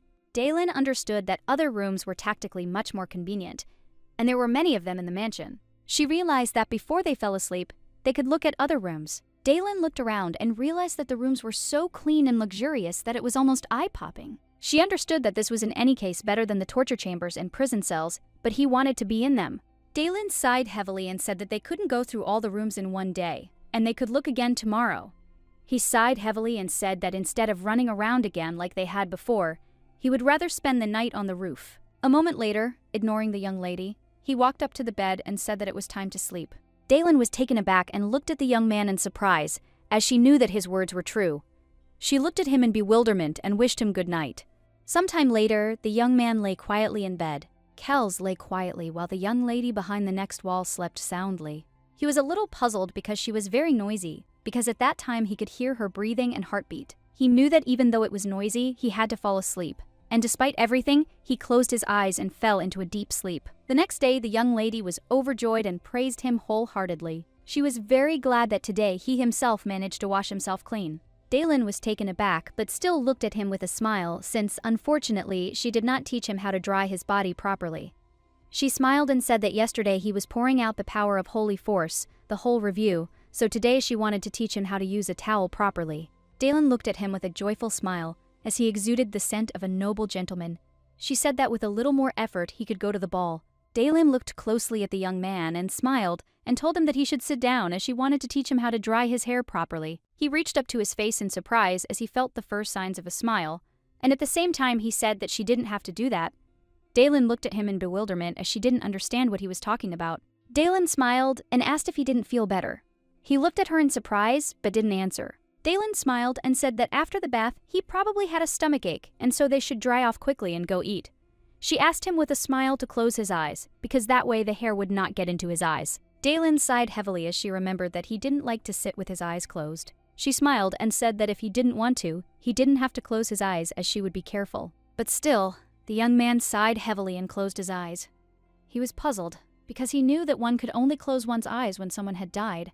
On the battlefield, it was clear anyway, since he had to keep an eye on his surroundings without looking away. He knew that the soldiers of his unit had to serve the bones on the battlefield, and they had to carry out all orders. It was so scary to sleep that they endured it until the very end just so they wouldn't have to close their eyes. He didn't want to die from something like this at all. He knew it was simply impossible. He threw all his thoughts away when he heard the young lady's voice again. She was happily praising him. Daylin smiled as she looked at the young man and said that when he washed or dried himself, it was not necessary to forcefully close his eyes. She smiled and said that when he got used to it, with his eyes open, the water would not get in. She smiled and said that over time he would get used to everything. Daylin sighed heavily and said that when he became a noble, the maid would do everything. But since he didn't want to deal with maids, he had to handle such things on his own. Kels was puzzled because he knew that closing his eyes was very scary, and the longer it was, the scarier it became. She smiled and told him that he didn't need to worry because he was a fast learner. Kels, in turn, listened to the young lady's voice as if he were armed. He realized that it was pleasant for him to close his eyes and listen to her, so he wanted to sit in this position for a little longer. A moment later, the young lady became distracted and asked him to wait a bit.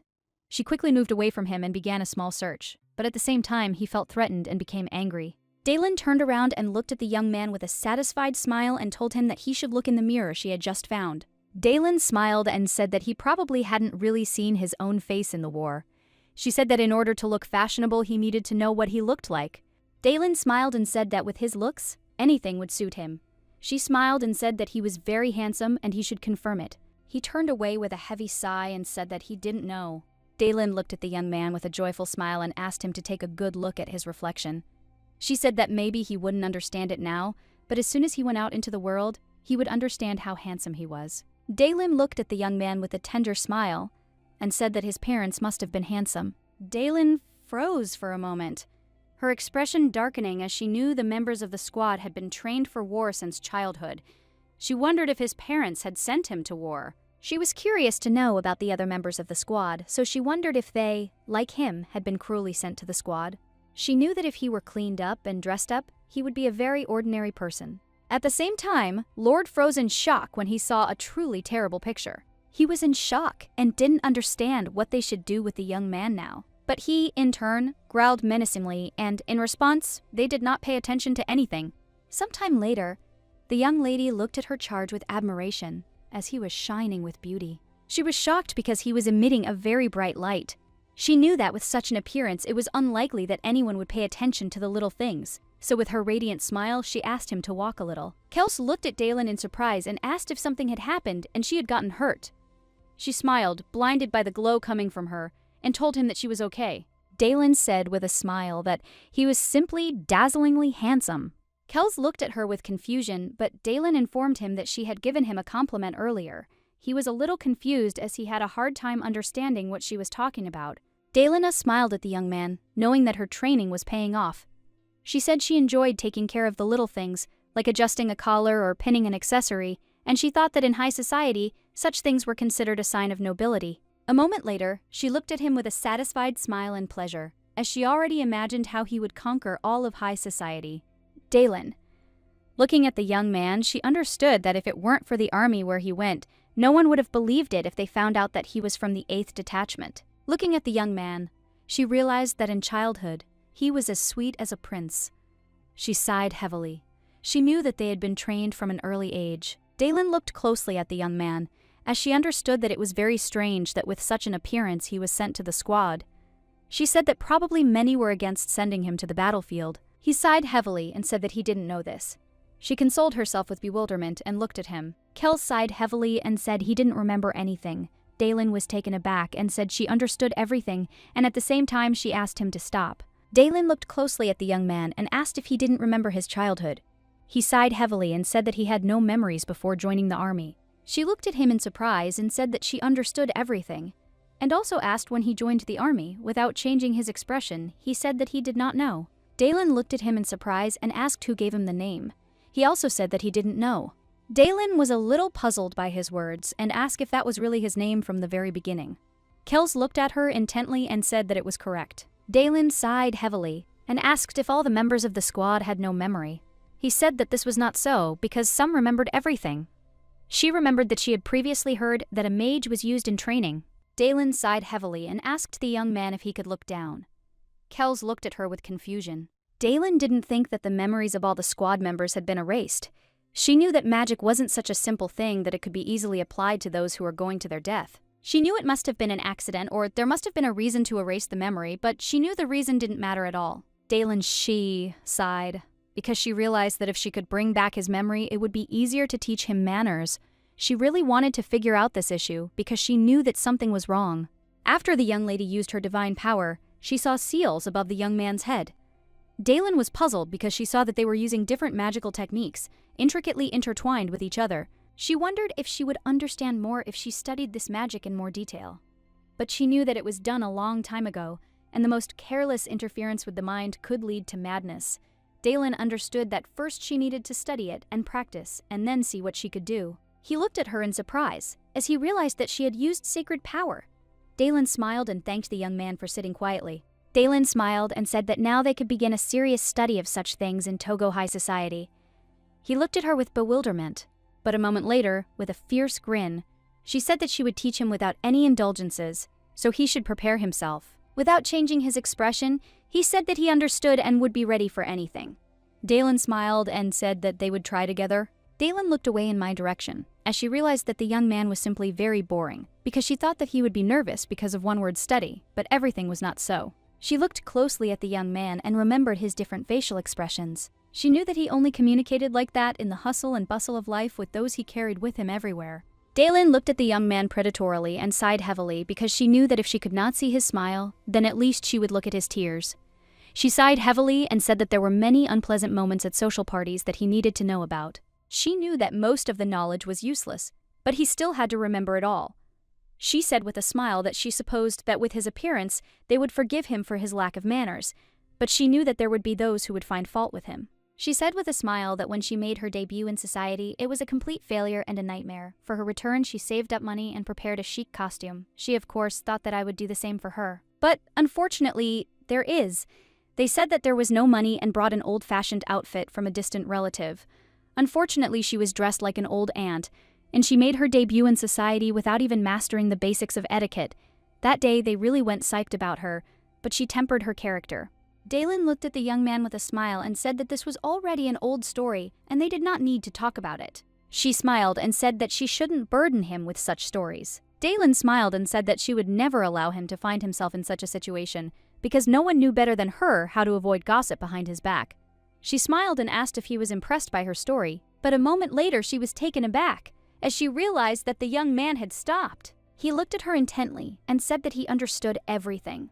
Daylin froze for a moment and stared at him. But a moment later, the young lady approached her companion and said with a smile that she did not know at all what he was thinking about just now. But with a smile, she said that she felt that if he went out into the world, he would unconsciously turn the heads of many. Kells asked in surprise if his job was to turn people's heads. She was taken aback and said that it wasn't so, but still, in turn, wondered if he should do something like that. She said that he wouldn't be wrong, but it would be better for him to refrain from it. After some time, the young lady froze in surprise and shock as she knew that this was simply unbelievable. Daylin was shocked and wondered if a newbie could create such a signature in a letter. She was surprised and incredibly happy because even she saw that this signature was something special. Daylin sighed heavily and looked closely at the young man, as she knew that from the very beginning he was not like everyone else in learning to write. She thought she shouldn't expect too much at first, so she asked him with a smile if he would try writing the letters. She handed him the pen with a smile. A moment later, she began to pronounce different letters and tell him what to write. At that very moment, he slowly began to write and wrote the given word clearly and distinctly, but at the same time beautifully. Daylin froze in shock when she saw what he wrote and how he wrote it. A moment later, she asked him to write something else, saying that the word in question had small and large letters mixed together and that it would be a little difficult, but looking at the book, he said that he understood and would do it. Daylin was taken aback and froze in shock when she saw what he wrote. She was surprised because she saw that he learned everything several times faster than other people. She thought about trying to create a signature for a high society guest book at once, but she didn't expect him to do it so easily.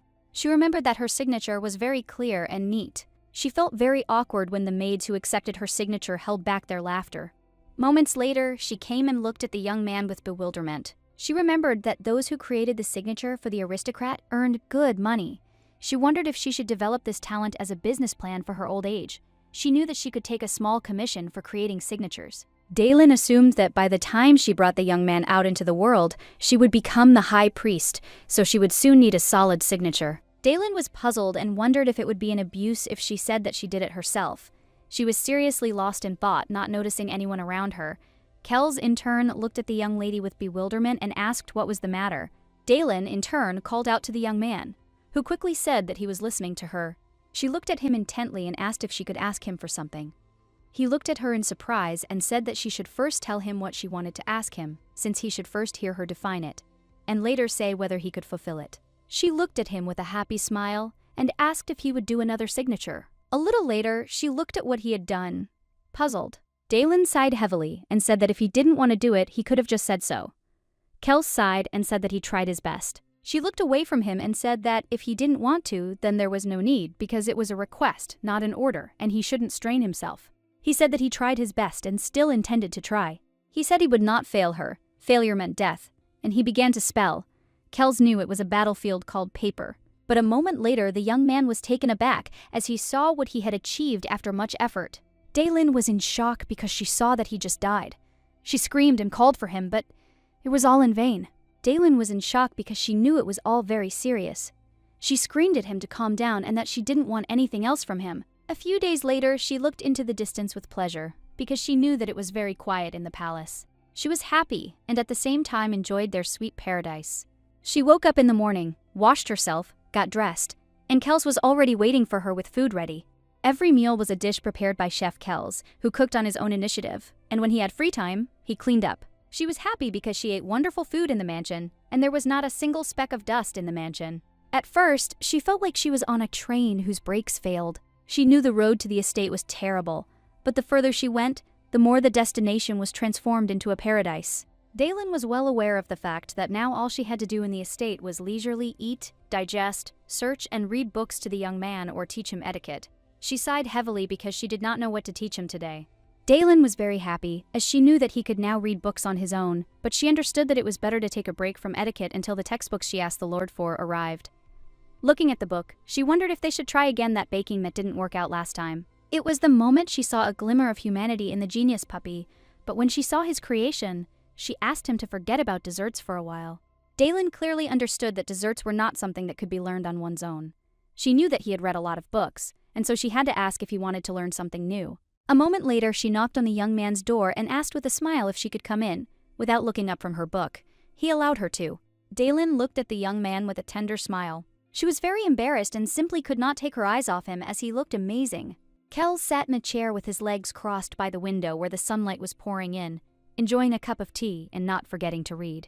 Daylin was very happy with his progress, as she is an amazing priest and did everything she could for him. But a moment later she was taken aback and looked at the young man in bewilderment as she heard a slight noise he made.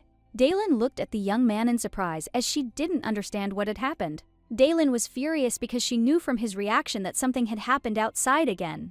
She came closer to him and tenderly told him that everything was fine and he didn't need to be so angry. She hugged him tenderly and asked him to calm down, as she knew that everything would calm down soon.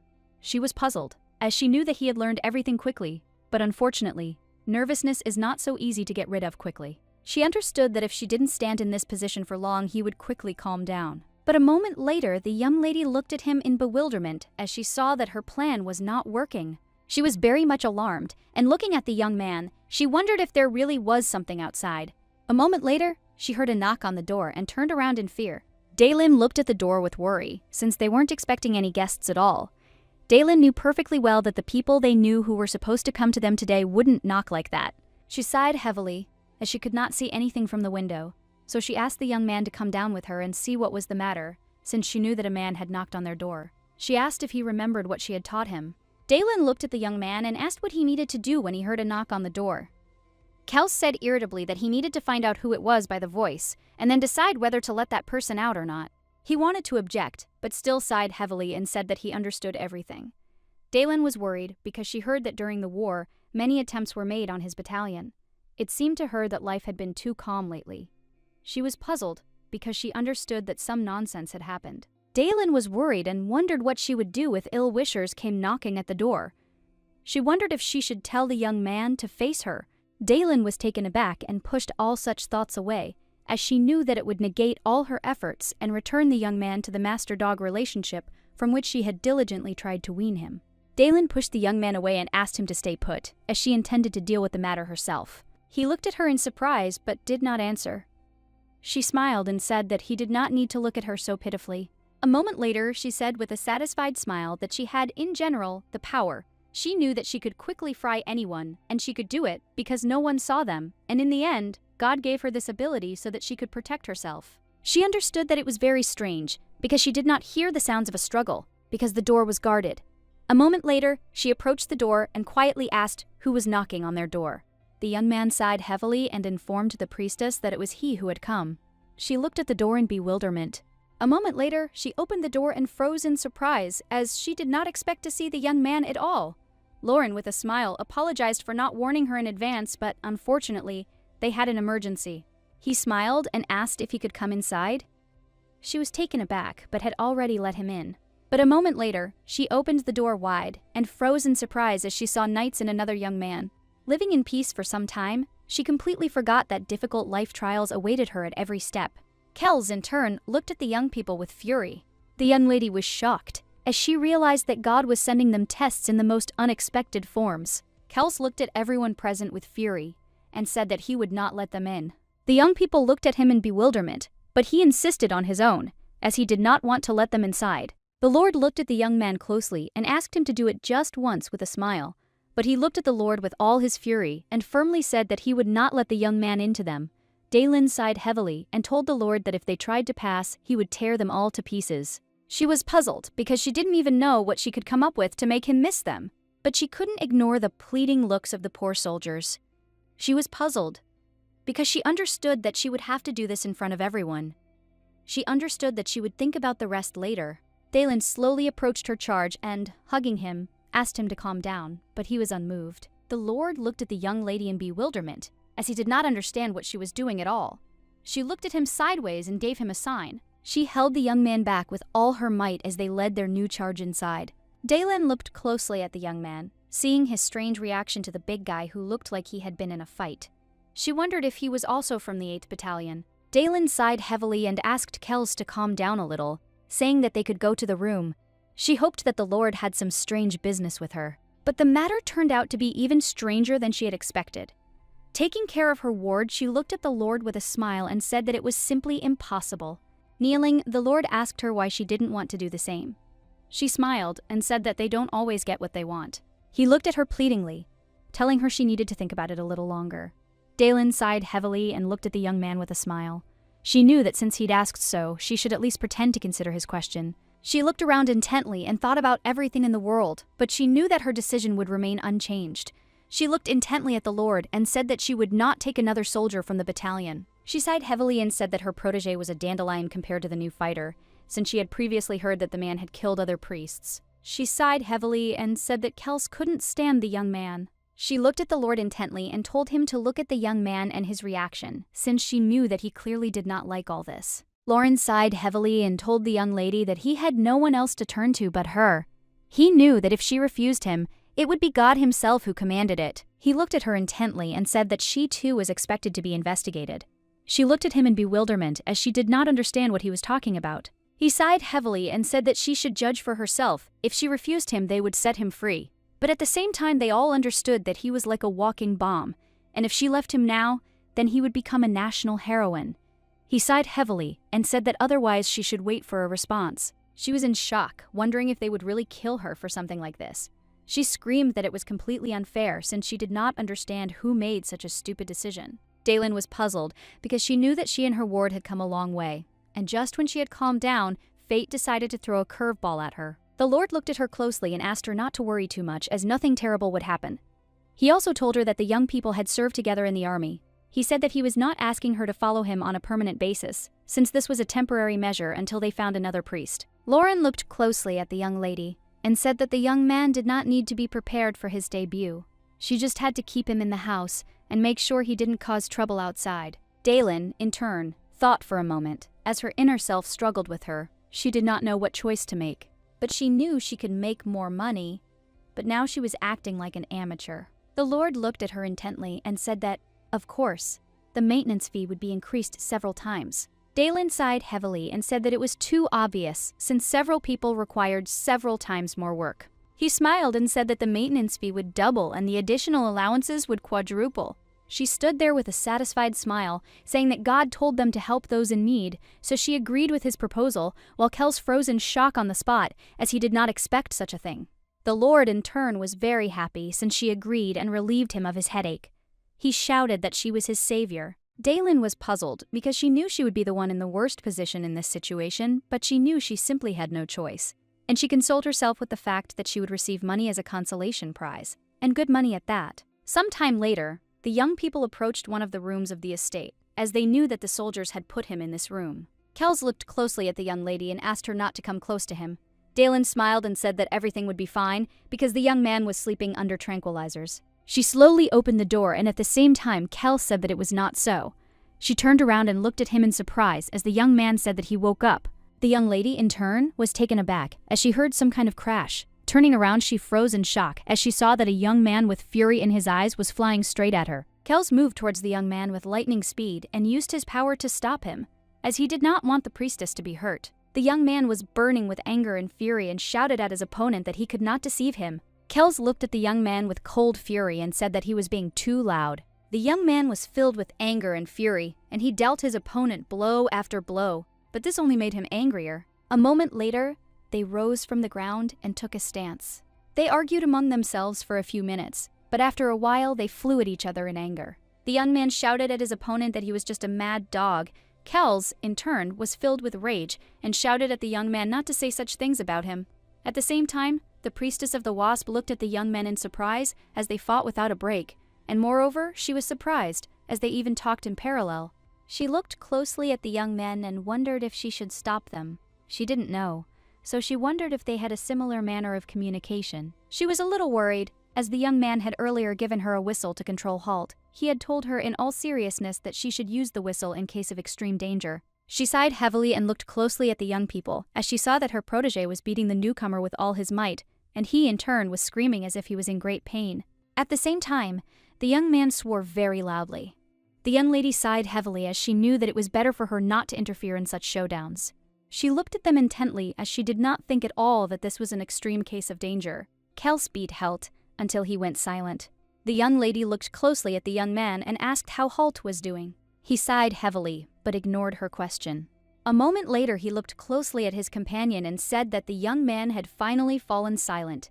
She sighed heavily and asked if he was hurt anywhere and if he was in pain. Kels looked at her intently and said that he was fine and she didn't need to worry about such things. She looked at the young man with concern and said that she had been told earlier that they had never had such clashes before. Kels said that he was holding back because of orders, and then he was much more humble than today. She sighed heavily and asked if they were really going to continue fighting like this. Kels sighed heavily and said that he didn't know that.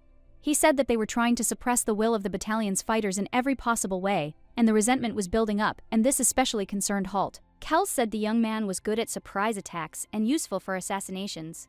He had a very persistent temperament and was hard to ignore. Kels said that those who can't be controlled need to be dealt with. He looked intently at the young man and said in all seriousness that if something like this happened again, he would immediately deal with him, even to the point of murder. She sighed heavily as she realized that her charge had decided not to finish off the young man for now. She looked at him closely, as she realized that from the angle she had created, one might think that he was actually dead. Looking at her charge, she said that he should discard this option as a last resort. Daylin sighed heavily and, reaching out to the young man, asked him to resolve the issue less radically. She said that they would sort everything out gradually. He sighed heavily, but still agreed. He was furious and knew he needed to find the softest rope he could find to tie him up when he woke up, but to do it as gently as possible. A moment later, the young lady looked at the newcomer with fear, as she saw that he had suddenly woken up. After some time, Kels ran after the newcomer, as he wanted to include him in his warm vow. After several hours of continuous racing and fighting, Kels finally managed to catch the young man, and in doing so, he tied him up. Halt, at the same time, ate the dish with pleasure and asked if Kels had really prepared it. Halt, in turn, was amazed as he saw that the dish was seriously very tasty. Looking at the priestess, he asked if it was really she who taught the young man to cook so well. She looked at him in surprise and said that one could say so, but she knew that he did well without her. She looked at the young man in surprise and asked if he could really tell that the food tasted good. Halt looked at her in surprise and said that since he had a tongue, that meant he could do it. He asked if not everyone could do it. Daylin glanced sideways at her charge and asked if he could do it. He thought about it for a moment, but after a few seconds he firmly answered no. She knew that his reaction only occurred when there was something really disgusting in the food. Daylin looked closely at the young man and knew that on other occasions he did not enjoy the taste of zero reaction like a ghost. She supposed that perhaps this was the case with all the fighters in the battalion, but looking at the newcomer, she saw that her judgment was wrong. She looked at him intently and asked if he could hear her heartbeat or the sound of a bird flying past. He looked at her in surprise when he heard her heartbeat. Daylin looked closely at the young man and asked if he was okay. Hal was taken aback for a moment, not understanding what she was talking about. He hesitated and said that he hadn't really thought about it. She looked at him intently and said that everything was fine. He didn't need to answer right away. He sighed heavily as he was a little puzzled because she was talking to him like a dog again. He sighed heavily and said that he was a dog. She smiled and asked for forgiveness and also said that she would not talk to him like that anymore. Looking at the young man, she said that with Kels it was completely different. She said that she didn't consider him a dog at all. The young man looked at her intently and said with a smile that she was cool. She smiled and thanked him for such a compliment. Daylin glared at the newcomer and asked if he could please stop staring at her like that. He was taken aback and looked away from her, but at the same time he began to mumble something to himself. Daylin looked closely at the young man as she could see that he definitely had social skills, and at the same time she felt awkward calling him a mad dog. They had a nice conversation for a while as he wanted to call her his cool sister, and he also asked if she would loosen his ropes. She smiled and said she would think about it. Daylin sighed heavily and, looking at the young man, said that with Kelson, they turned out to be different despite the fact that they went through the same training and procedures, even magic. He sighed heavily and said that it was a business matter for a friend because he was basically different from other dogs. Looking at the young lady, he said that it was because he joined the army at an older age, and thus others required more training and procedures than him. Daylin was taken aback as she did not expect to hear such a thing. Daylin knew that Kels had been subjected to a lot of procedures and spells, and even when she tried to ask the former military lord about it, he tried his best to avoid answering because the person who was in charge of training the battalion was a big shot, namely a member of the Imperial Army. An informal order that said nothing about magic or procedures, and only the performer or the recipient could know what it was. Her attempts to get the Lord to talk resulted in several hours of completely useless chatter. She looked closely at the young man, as she realized that perhaps he would give her a clue to the mysterious procedures that Kels had undergone. She looked at him intently and with a joyful smile asked if he knew anything about those procedures. Halt looked at the young lady with bewilderment and asked how he knew what they used on them. He sighed heavily and said that it was not suitable for this conversation. After all, she knew little about magic. She looked at him intently, asking if he knew at least approximately why everything was being done. At the same time, Kels, with restrained rage, looked at them. Holt said that they wanted to sharpen their senses. She smiled and asked if he knew anything else.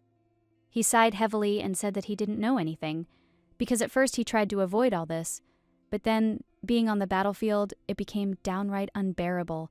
Then he told them that they could do whatever they wanted with him. It would help him survive. Daylin was a little puzzled and wondered why she hadn't realized it right away. Holt said that those who couldn't stand it and threw tantrums were killed. She understood only now that there was no place for common sense on the battlefield. Holt said that those who were not worth killing were taken, and their memories were erased. She looked closely at her charge, as she realized that he would never become a peaceful, sane person. Fortunately, the conversation with my young man went quite far, although not enough to find out the whole truth, but he told her about many of his memories. Kels was irritated, but it seems he gradually got used to the presence of a new man in their house. She knew that all she could do was calmly wait for the new curator, which was exactly what she had planned to do. But unfortunately, things did not go according to her plan. Taken aback, she asked the young people how long they were going to behave like this. Kels was furious and shouted that he would behave like this until the young man left them. Helt, bursting into tears, shouted to the young lady that he was afraid of a mad dog. She sighed heavily as she was puzzled by everything that was happening because she saw that they were arguing with anger. Daylin sighed heavily and said that soon she would give her soul to God. She was in shock and didn't understand how it had come to this. But in order to explain everything, it was necessary to go back a few days. Halt was happy because the ropes were removed from him. He smiled and said that it was very surprising that Kels knew how to cook, and the food was also delicious. He smiled and said that the priests were truly amazing. She smiled and said that the young man simply studied hard. She smiled and said that maybe before the memory erasure, he knew how to do something like that. Halt said with a grin that no one knows if this is true, and maybe before joining the squad he lived in some mansion. Halt looked at the young man with a smirk and said that he really had been damn handsome since childhood, and he was surprised and wondered how such a handsome man came to them. But he knew that if the young man was an aristocrat, then all his assumptions came true. Daylin looked closely at the young man and asked if he remembered when Kels first joined their squad. Halt! Looking at the young lady, he said that he remembered everything, and the young man came with his memory completely erased. She was surprised. He said that he thought he was transferred from some other combat zone. She looked at him in surprise and asked if he could really tell from just one glance that the young man's memory had been completely erased. She asked if he could describe specifically how this was determined. Halt sighed heavily and said that a fool can be seen with the naked eye. He said that the young man had forgotten how to speak, had forgotten how to live, did not know how to sleep, and did not know how to eat. Halt said, puzzled, that he looked more like a beast. He was always afraid that she was a battlefield. The young man would cut everyone. Halt said that even when they went wild, some still went crazy and had their memories erased again, but that didn't happen with the young man. Kels sighed heavily and said that was exactly how it was. Daylin looked at them intently and asked if there would be a problem if they erased their memory in an hour. He said with a grin that there would be a problem if they repeated it too many times. People could become complete idiots, and then they could die, going crazy on the battlefield. He said that the young people would have died anyway, just a little later. She looked at him in surprise and asked if it wasn't unpleasant for him to look at this, since they had been comrades for a long time. He smiled and asked what kind of comrades they were talking about, if on order they could kill each other at any moment. Daylin was a little puzzled and didn't know what she could say to him in this situation, since they themselves spoke about it so carelessly. Holt smiled and said that a young man came to their squad and looked like a baby, but he thought that he would soon kill him. He looked predatorily at the young man and said that he had survived, and now they had met again. The young lady, in turn, looked warily at the young man. She quickly took Kels's arm, thus protecting him and calming him down. Daylin looked closely at the young men and asked them to calm down because they emitted a murderous aura. She glanced sideways at the young men and said that they had previously told her that they had not fought in the detachment. She was surprised and did not understand why they were suddenly fighting about her. They had decided to do it once. They had previously communicated normally. Halt sighed heavily and said that he did not know this because when he saw the young man, he immediately wanted to hit him. Kels looked intently after the young man and said that there are people with whom you just wanted to fight. Daylin was shocked by this statement. She didn't understand what was wrong with handsome young people. She saw that Kels, out of nowhere, began to stare at Halt, but Halt, in turn, also reacted very strangely to the young man. She was puzzled and wondered if he only reacted this way to her charge. Halt, in turn, said irritably and angrily that the young man's very look had already infuriated him. Halt turned around and looked at the young man with angry rage because everything about him infuriated him, and therefore he shouted and cursed at him with rage. Kells shielded the young lady with his body and asked her to move away. She was shocked, looking at the young people, because she understood that if he now clashed with the newcomer, then she would have problems. She understood that if they only flew out the window, she would lose control over them. Halt rushed towards the young man with cold fury and anger as if he wanted to fight him. Daylin quickly walked up to the young man and grabbed him, hugging Kells. She screamed that he didn't need to fight and wanted to calm him down. He looked at her sideways and in surprise, as he did not expect this. She was in shock, as she understood that it was too late to stop them. Halt froze in place in surprise and looked at his opponent with bewilderment, while Daylin, in turn, slowly opened her eyes. She looked at the young man in bewilderment as she saw that nothing had happened. A moment later he turned around, and she saw a large bruise on his face. Daylin froze in shock and looked at him in confusion as she realized he had been hit. Daylin and Halt looked at Kells with bewilderment, and in one voice asked if he had just been hit and he had taken the blow. Kells, without changing his expression, looked intently at the young lady and said that it was exactly like that. Halt was in shock and could not understand what had happened, as his opponent simply took the blow from the fist that was flying straight into his face. Daylin looked at the young man in surprise, as she did not understand why he himself was so surprised. After all, he had hit his opponent himself. Daylin looked at them with bewilderment, as she knew that she shouldn't just stand there and watch everything, as she knew that she wouldn't be able to hold them back for long. She knew she had to get down to business. Daylin slowly approached the young man and asked him to calm down. He shouted and insulted her with rage because he did not understand why she suddenly started giving him orders. But a moment later, the young lady managed to grab his hand and said with a smirk that they could at least try. Daylin looked at the young man with a happy smile and said that they could do it, calling him brother. Looking at the young man, she realized what he was doing. She knew that if Kells was a beast, then Halt was a pain in the ass. She knew very well that very different people came to the temple, and many were problematic clients. They always had one thing in common, namely, rolling their eyes. She knew that it was simply impossible to come to an agreement with them. Daylin clearly understood that there was an easy way to deal with people like this. She had to suppress them with her spirit. Daylin looked closely at the young man and with a joyful smile said that he was the one who had overcome so many troubles and trials, survived on the battlefield. She shouted that he was brave so he could overcome everything else too. He looked at her in surprise and said that perhaps this was so. She smiled and shouted that he should cope. She wanted him to feel the joy of meeting the world. She said that he would be able to curb his fighting spirit, and at the same time she used her sacred power on him. He was surprised because he didn't expect her to use spiritual power, but she knew it would be useless. She wouldn't even try. He sighed heavily and asked, puzzled, why spiritual power was needed. Daylin looked at the young man with a smile and said that she was doing everything to calm him down. He looked at her in surprise, as he had not expected this.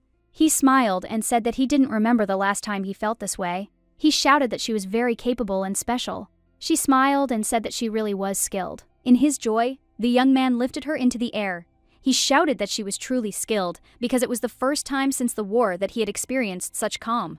She was in shock because she had not expected such a thing. He shouted with joy that even the feeling of crawling insects had disappeared, and he felt as if another eye had opened. He was in shock and did not understand how she had done such a thing.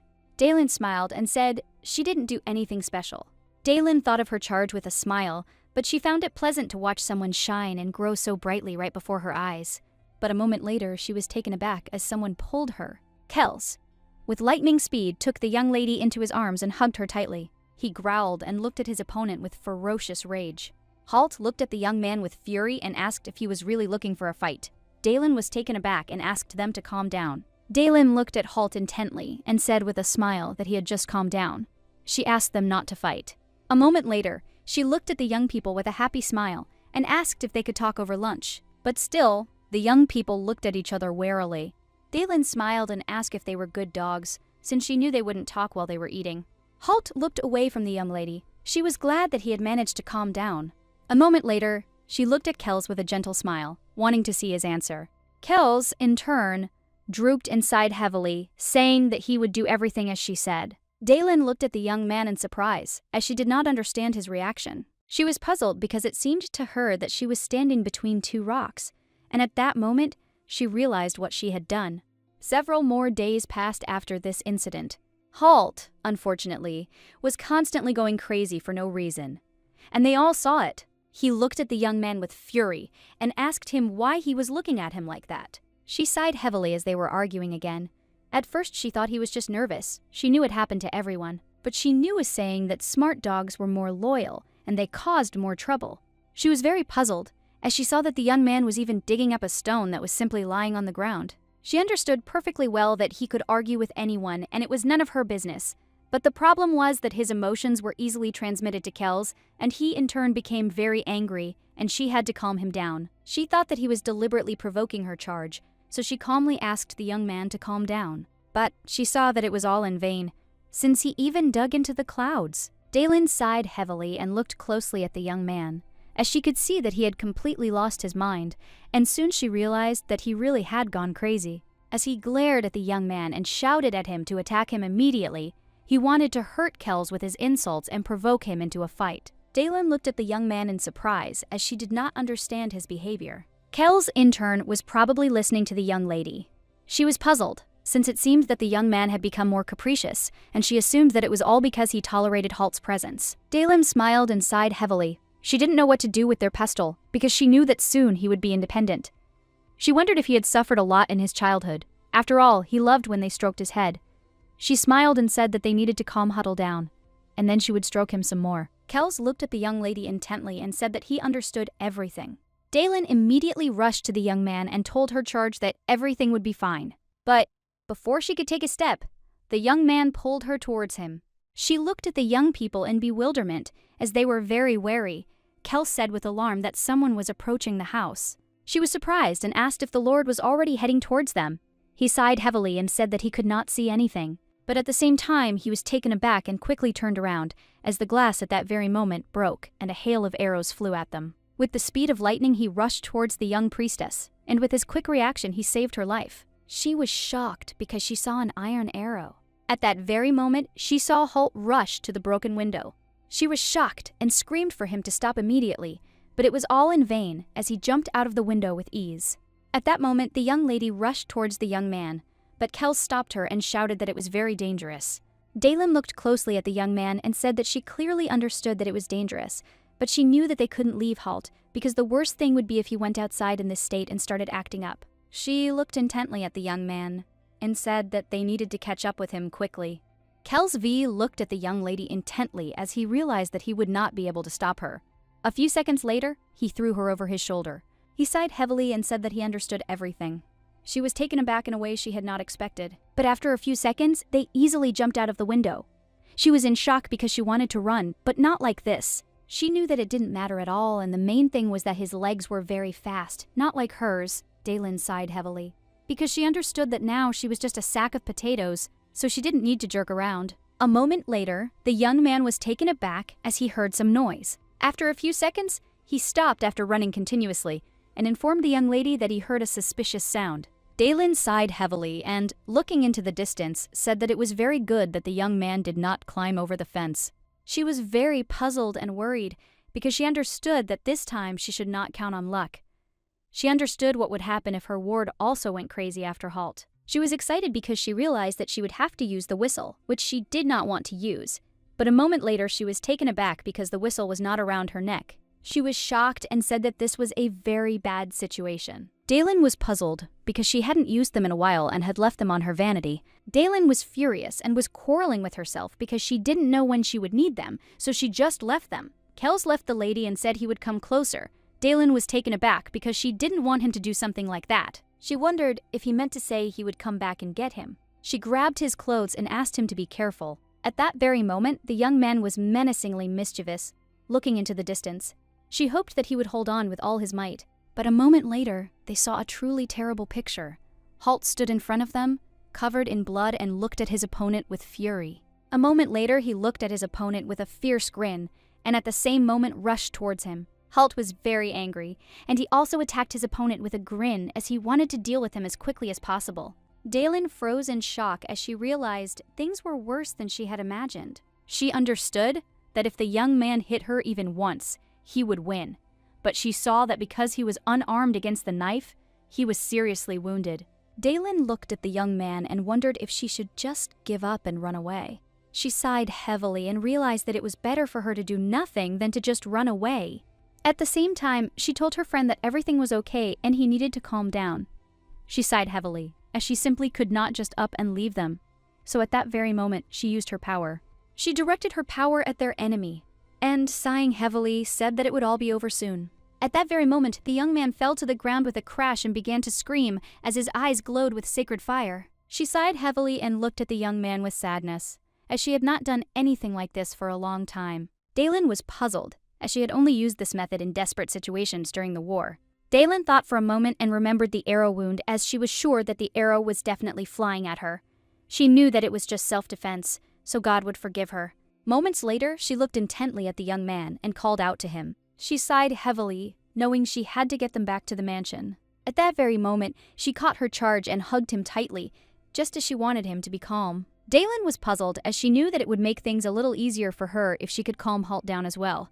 But unfortunately, she knew that such a moment wouldn't work with him. She looked at the young man in bewilderment as she saw that he was bursting with anger. She thought he was shaking with rage, but after a few seconds, she realized that was not the case.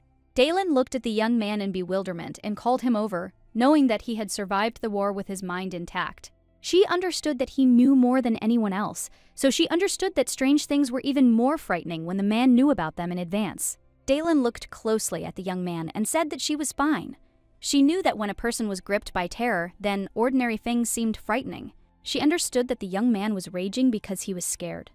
At that very moment, she hugged him tightly and said that there were no more murderers because they had all been defeated. Daylin said that no one would attack them again. She said that they didn't need to fight because they were safe. He looked at her tremblingly and asked if they had really killed everyone and were now safe. She smiled a tender smile and said that everything was true and that they were now safe. Daylin looked closely at the young man as she saw that he was already speaking like a human being. She was glad that everything was going smoothly. But a moment later, she was taken aback and looked at him with bewilderment. She was shocked because the young man, looking into her hysterical eyes, burst into tears. At that very moment, he burst into tears and screamed and cried hysterically. Daylin froze in shock, not expecting anything like this. She was surprised and didn't know what to do. He cried and screamed that he was in pain and that all his wounds hurt. Unfortunately, she didn't know then what her actions would lead to, because at the same time, Kels was looking at them with fury and could barely contain himself. The young man was screaming that he was very scared. She hugged him and said that it was completely normal and everything was fine. He didn't need to be afraid of anything anymore. She understood that the hugs and pats on the back were working, and she said that they needed to go home. Hugging him, she used her divine power, but at that very moment, she was pulled away from the young man. She was surprised, as she did not understand what was happening at all. Halt, in turn, was taken aback and reached for the young lady. She was in shock as Kels pulled her away from the young man and glared at him. Kels shouted furiously that he would not give up the young lady. She was shocked and did not understand why he suddenly started behaving like this. He squeezed her tighter and shouted that he would not give her up. She was in shock and screaming, asking the young man to let her go because she could not breathe. Daylin was in shock, asked the young man to let her go and calm down, but he shouted that he would not let her go and would not give her to anyone. She shouted that he had to let her go right now because she could suffocate. Daylin sighed heavily as he loosened his grip a little.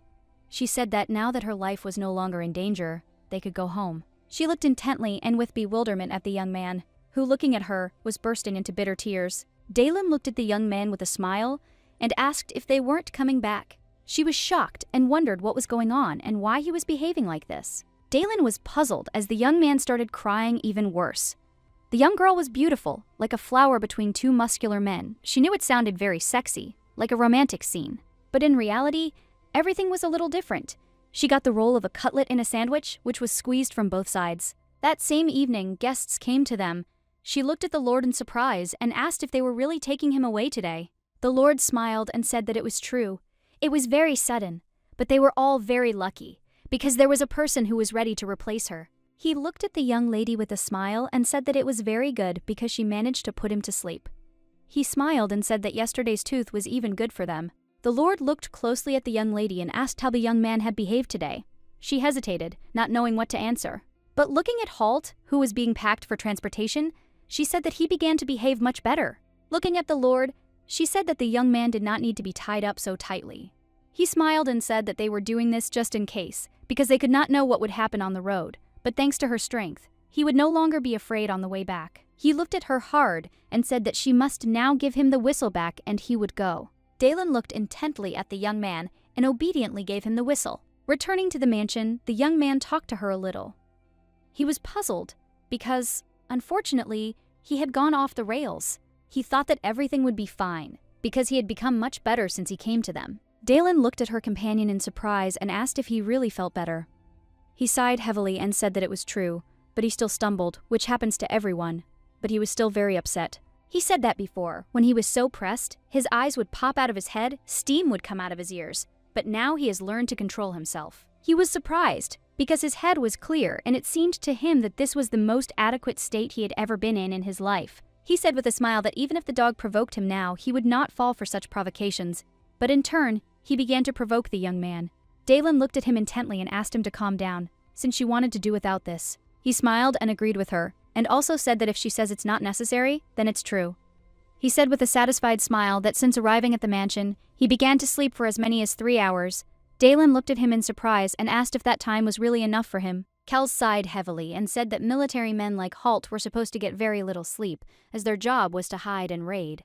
Halt glared at the young man and asked why he was answering for him. Kels held back his rage as he glared at the young man and told him to shut his mouth. Sometime later, they got into a fight again and started arguing. Dalen looked at the young people with a smile, as she knew that Kels had a similar reaction because she hugged Halt. Dalen knew full well that possession of a priestess was a common occurrence, so she wanted them not to quarrel. Halt looked at the young man with fury and asked who he was to tell him what to do. He sighed heavily and said that it was just kindergarten. He looked at the young men and said that the dog had turned into a puppy. He wondered if it was evolution or degeneration. They looked at him intently but did not answer. She looked closely at the young man because she knew that he himself was feeling better, and this made her happy. She looked at him with a smile and asked if he wanted her to help him sleep better. Holt looked at her with a joyful smile and asked if she was really capable of such a thing.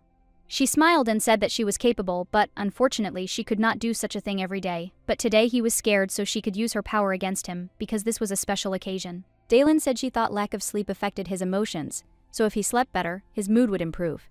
He smiled and asked how much higher he could go, because at this rate he was not far from being a saint. She smiled and said that it was okay to dream. After her words, she poured some divine power into him and put him to sleep.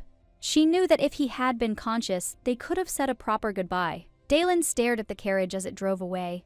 She sighed heavily as she wished to forget about the arrows that were aimed at her and the Lord who rushed to them before she could send the message. She would like to forget about the real knights who arrived with him. Dalen Yi sighed heavily and told the young man that it was time for them to go back. She slowly walked back to the house, and at the same time she wondered if everything would be okay. She sincerely hoped that everything would be just like that. That same evening, the young man came to his master and informed him that he had taken Halt, as he had said. The young man looked closely at his subordinate and thanked him for a job well done. He would like to wipe them off the face of the earth, but he still knew that they were painfully competent, and he felt sorry to do it. Lauren, kneeling, asked if he should send more knights there. The young man said that there was no need to do that yet, because if he was not a fool, he would stay ready. He looked at the young man and said that he should try to talk to him, and if that didn't work, then who should send someone else? He looked at the Lord closely and said that he was lucky to have the chance to serve him, and it was the grace of the gods. He asked the young man to stand up since he could not see his face. The Lord bowed and thanked the master for such a favor. He smiled and said that he really hoped to see him again soon. The Lord smiled and said that it was a great honor for him. At the same time, he looked closely at His Highness. Looking at the Lord, he said that they would end here.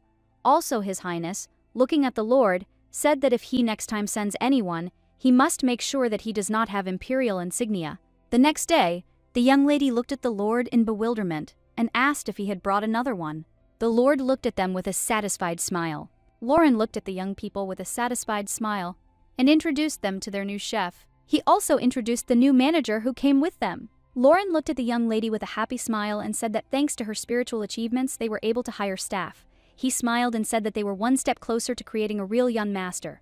She smiled and thanked him for such praise. Dalen looked at the young man with a smile and said that it would be excellent if he kept his distance. He was taken aback and looked at the young man with bewilderment, who was glaring at him with a look mixed with anger. At that moment, the young lord moved away from the young lady with lightning speed.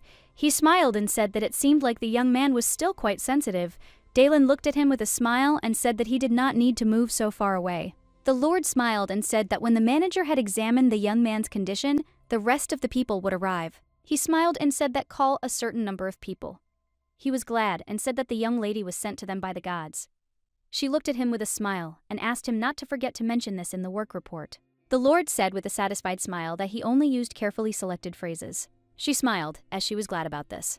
The Lord looked closely at the young lady and said that it was time for him to leave. She smiled, thanked him, and also wished him a good journey. After the last incident, there was a certain distance between her and the young lord. Not too close, not too far, just right for an executive or middle manager. She understood that there was no need to cut it again. A moment later, she turned her gaze to the young man. She wondered if he had become more sensitive. Because of his nagging, she couldn't even earn change from the security guards lately. Until recently, Lord Mok would only speak when Kels hugged her. She understood perfectly well that this could not continue, so she actively raised him. Dalen sighed and asked the young man if he was really going to continue hanging only on her. She said that it was impossible to do that, but he looked at her with puppy dog eyes as he hoped that she would give the go-ahead, but the young lady was adamant and categorically said that this was not possible. Madame looked at them intently. Dalen was taken aback and screamed in fear, as she had completely forgotten who the dash was next to. She remembered that in front of other people, she should call him young master. The madam smiled and said that everything was fine and she didn't need to worry, because she completely understood the young master's personal preferences. Dalen looked at her with bewilderment because she didn't understand what was going on. She smiled and said that there are many young gentlemen who want to live on a leash. She said with a smile that they do not need to say anything because she is a professional in this. Dalen was shocked and said that this is not so. She looked at them with a smile and said that she would keep your strictest secret and their intimate personal life. Dalen was taken aback and looking at the madam, said that she had understood everything wrong. The madam looked closely at the young lady and said that in order to find other specialists, they would need to measure various parameters of the young master. Madam asked if they minded if she disturbed them for a moment. Dalen looked at the lady with bewilderment, as she did not understand what was being discussed. She smiled and said that they would check the diet, skin condition, body size, and so on. Dalen looked at Madam with worry and asked if they would have to get close and touch the young master in that case. Madam smiled and said that it was inevitable. Dalen looked closely at her new friend and asked if he minded, since they had to do something like this. Dalen, looking at the young man, said that if it was too unpleasant for him, they could do it later. The madam looked at them in surprise and asked if the young gentleman didn't like it when strangers touched him. Dalen sighed and said that it was true and he was very sensitive to touch. Madam sighed heavily and said that muscle massage, skin care, cosmetic procedures, all this would be difficult to do without touching the body. Now she understood why the salary was so high. Dalen looked at Madam with a smile, because she knew that she had misunderstood everything, because it was a bonus for risking life. The madam smiled, looking at the saint, and said that if she touched the young man with them, then everything would be fine. Dalen looked at her with bewilderment, as she did not understand what was being discussed. Madam said that since the young gentleman did not like being touched by strangers, perhaps the presence of someone close would help the situation. Dalen, looking away, said that maybe he would get used to it with time. She was puzzled, because she knew that new people had been brought to his house to work, but, unfortunately, they had added to her worries. The madam looked closely at the young lady and said that the client should not be forced to get used to it because they needed to find the most comfortable way for him. She really wanted to get to work as quickly as possible. Looking at the young gentleman, she asked if he didn't mind.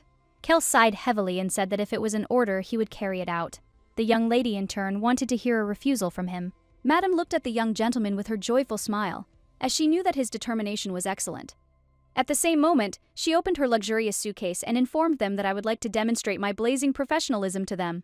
She looked closely at the young people and said that, to begin with, they could lightly check the elasticity of their skin, determine its type, select their shades, and also diagnose the health of their hair. Kels glanced sideways at the saint and asked if this training was really under torture.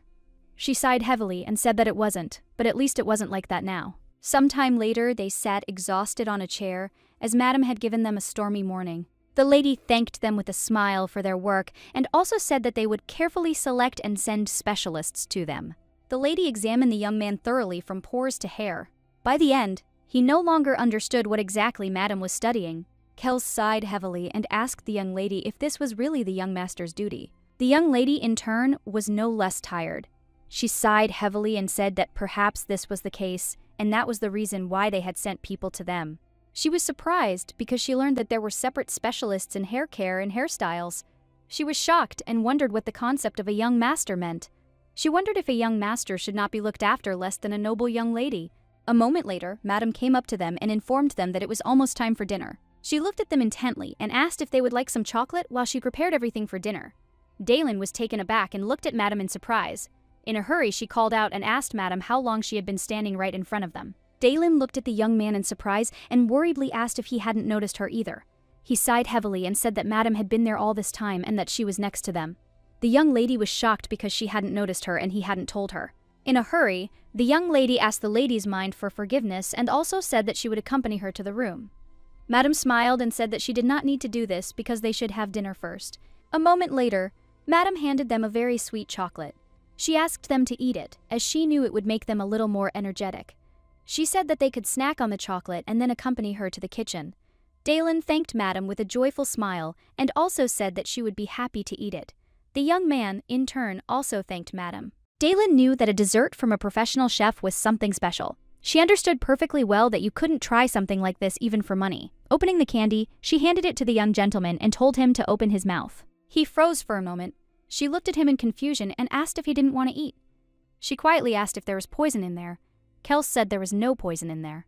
He froze for a moment and said that he had never smelled anything like it, so he couldn't tell if it was food. She froze for a moment and was taken aback, as she realized that she had hardly ever tasted anything sweet during the war. She looked at him with a smile and said that this treat smells amazing. She smiled and said that he should see since she wanted to try it first. A moment later, the young lady took a bite. He looked closely at her beautiful plump lips. A moment later, she choked. He looked at her with bewilderment. But at that very moment, the young lady looked at the young man with a joyful smile and said that it was very tasty and he should try it. She said with a joyful smile that it was also the first time in her life that she had eaten something so delicious. He looked at her in surprise, as he was struck by her delightful smile. A moment later, Dalen held the candy out to him and said he should try it too. The young man stared at her for a moment, not daring to do anything. She smiled, looking at him with her outstretched candy in her hands. The lady looked at them in bewilderment and said that there were a lot of sweets in the house and they did not have to eat just one. She looked at them closely and was puzzled, said that they could have taken the whole one. The young lady in turn was puzzled because Anna just wanted to be friends. Sometime later, they were sitting at a table with a whole mountain of desserts in front of them. Madam looked at them with a smile and said that she would bring them lunch soon. Dalen, in turn, looked closely at these treats because she knew that one such plate would cost a month of her family's budget. She was glad because she knew that she was now experiencing pleasant feelings, because she could remove her desires at someone else's expense. Kels looked closely at the young lady and said with bewilderment that he saw dirt on the table. She was a little puzzled as she saw his agitated look. She sighed heavily and said with a smile that he was just not used to it yet, but as soon as he tried it, he would understand everything. At that very moment, the young man slowly reached for the cake. He was taken aback when he raised his hand, because he was dirty, and some kind of incomprehensible mucus was flowing from his hand. She smiled and said that nothing terrible had happened, since chocolate usually melts or sticks. She ran away because it was the first time in his life that he had tried something like this, and she forgot to tell him that desserts were eaten with cutlery. She realized that there was one more thing that she needed to teach the young man, Dalen. With a happy smile, she gave him a piece of cake and said that it would taste better if she fed it to him. A moment later, she dipped a small piece of cake into the chocolate and, with a smile, handed the delicacy to the young man. She said with a smile that he should try the exquisite delicacy. Dalen looked at the young man with a satisfied smile, because she knew that their wild puppy had also become completely tame. She knew it was very sweet, but he was very slow, so she didn't push the piece of pie into his mouth with her lightning speed. She looked at him intently and said that now he had to live everything carefully. Dalen stared at the young man for a moment. She sighed heavily and asked if he really didn't like it. She asked if he really didn't like it at all, but also said that if he didn't like it, he could spit it out. He sighed heavily as his teeth were clenching, his arms were tingling, and his legs were tingling. He had never felt anything like this before. It felt like an outstretched hand. In that hand, there is usually something unfamiliar and strange, warm light, necessary things, unusual food. The young lady, in turn, noticed that he had eaten everything, and happily said that it was very good, since she wanted to pick out some more desserts for him so that he could compare them. He looked at these desserts with bewilderment and disbelief. She smiled and said that they were very tasty. Dalen, with their lightning speed, various delicious desserts and fed the young man. Until now, he didn't understand what was tasty and what wasn't, but when she gave him something to eat, he took everything. Then she smiled. He knew that a smile is good.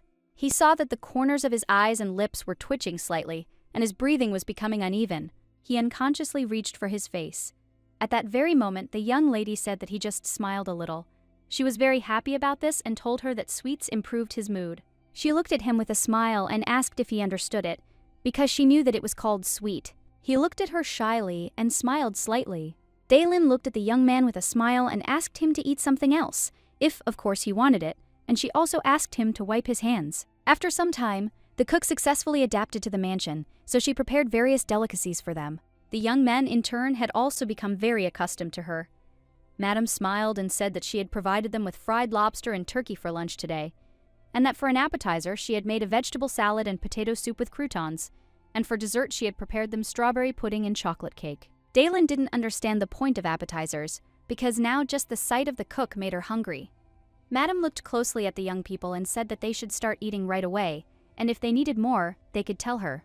Daylin thanked Madame with joy for such a feast, but she noticed that this time the portions were larger than usual. Madame smiled and said that there would be one more person today. At the same moment, the Lord with his joyful smile said that it was a very good lunch. Daylin was shocked, as she did not expect to see him. She froze in surprise and asked when he had managed to come. He smiled a puzzled smile and said that since the two of them had not noticed him at all and were staring only at the cook, she looked at her charge in surprise and said that he should have told her about it since she did not notice him. But he turned his gaze away from her and did not answer, as he was jealous of her. The Lord looked closely at the young people and said with a satisfied smile that it seemed they had adapted perfectly to the life of their cooks, and now they could gradually increase the number of staff. But at that very moment, the young gentleman said that he did not want this. The Lord looked at the young master with tears in his eyes, because he said, "I don't want to." But at the same time, he didn't throw anything and behaved calmly. Kells looked at the Lord intently and told him not to bring people, as he did not want this, and he also did not want the Lord to come to them. Lauren, in turn, was very happy, as the young man spoke to him normally. Daylin sighed and looked closely at the young people, as she saw that each of them was ignoring the interlocutor, but she, in turn, was very worried, as she understood that the cook fit well into their little tandem. She saw that the cook was very quiet, slow, and just worked. She was enthusiastically cooking, but was not at all interested in them. She did not leave the room except for meal times. The young lady, in turn, understood perfectly well that this was simply ideal, but ideal means rare. She knew that a beauty salon was especially such a place, since the ladies were the leaders of service, they were creative souls and masters of small talk. She did not know whether it was possible to leave a young man in such a place. She was most worried about something else. The Lord looked at her closely and said with a smile that she didn't need to worry so much. She looked at him with a joyful smile and asked if he had picked the others who were as perfect as the cook. He looked at her puzzledly and, hesitating, said that it was not so. The Lord sighed heavily and said with a smile that they didn't need to worry anyway since it was all pointless, so they could start eating. The next day, the one she was most worried about came. The young lady looked at her client with a joyful smile and asked if he had any style wishes. Daylin, in turn, was in shock and didn't know what to do with something like this. At that very moment, she rushed to the hairdresser and stopped her. Madame was in shock and asked about the young lady, why she reached for the scissors with her bare hands, since it was very dangerous. Daylin, holding scissors in her hand, said, puzzled, that she had previously reported that blades were not allowed, as their master had bad memories associated with sharp objects. Madame smiled and said that she had made a mistake because she had completely forgotten about it. But a moment later she smiled and said that she had brought special scissors especially for them, which were made in such a way as not to frighten a person at all. She looked intently at the young man, asking if he was comfortable with such scissors. He looked at the scissors in surprise, and his anger eased a little. The madam smiled and said that she had just felt relieved because the young master liked her scissors. Daylin looked closely at the young man because she saw that his soul would be sucked dry. She was surprised, but at the same time glad that he calmed down. And at that very moment, the madam began her work. Daylin, looking at them, wondered what would happen in the end. She knew that now his appearance was impeccable. But a moment later, she threw all thoughts away, as the thoughts she had given away took her breath away. After a few seconds, they got the result, but they were shocked and blinded by its beauty, as everything turned out even better. The young man, in turn, appeared before them in all his glory. Daylin thought she had gotten used to Kels's beauty, but it turned out there was another level above that. She knew it was moments like these that people raised children for. Madame shouted with joy because she had succeeded and was pleased with her result. She shouted to the young lady that she had done it and even the gods would be amazed by such beauty. She shouted that she had definitely become a hairdresser for this day, but at the same time she shook the young lady with all her might in joy.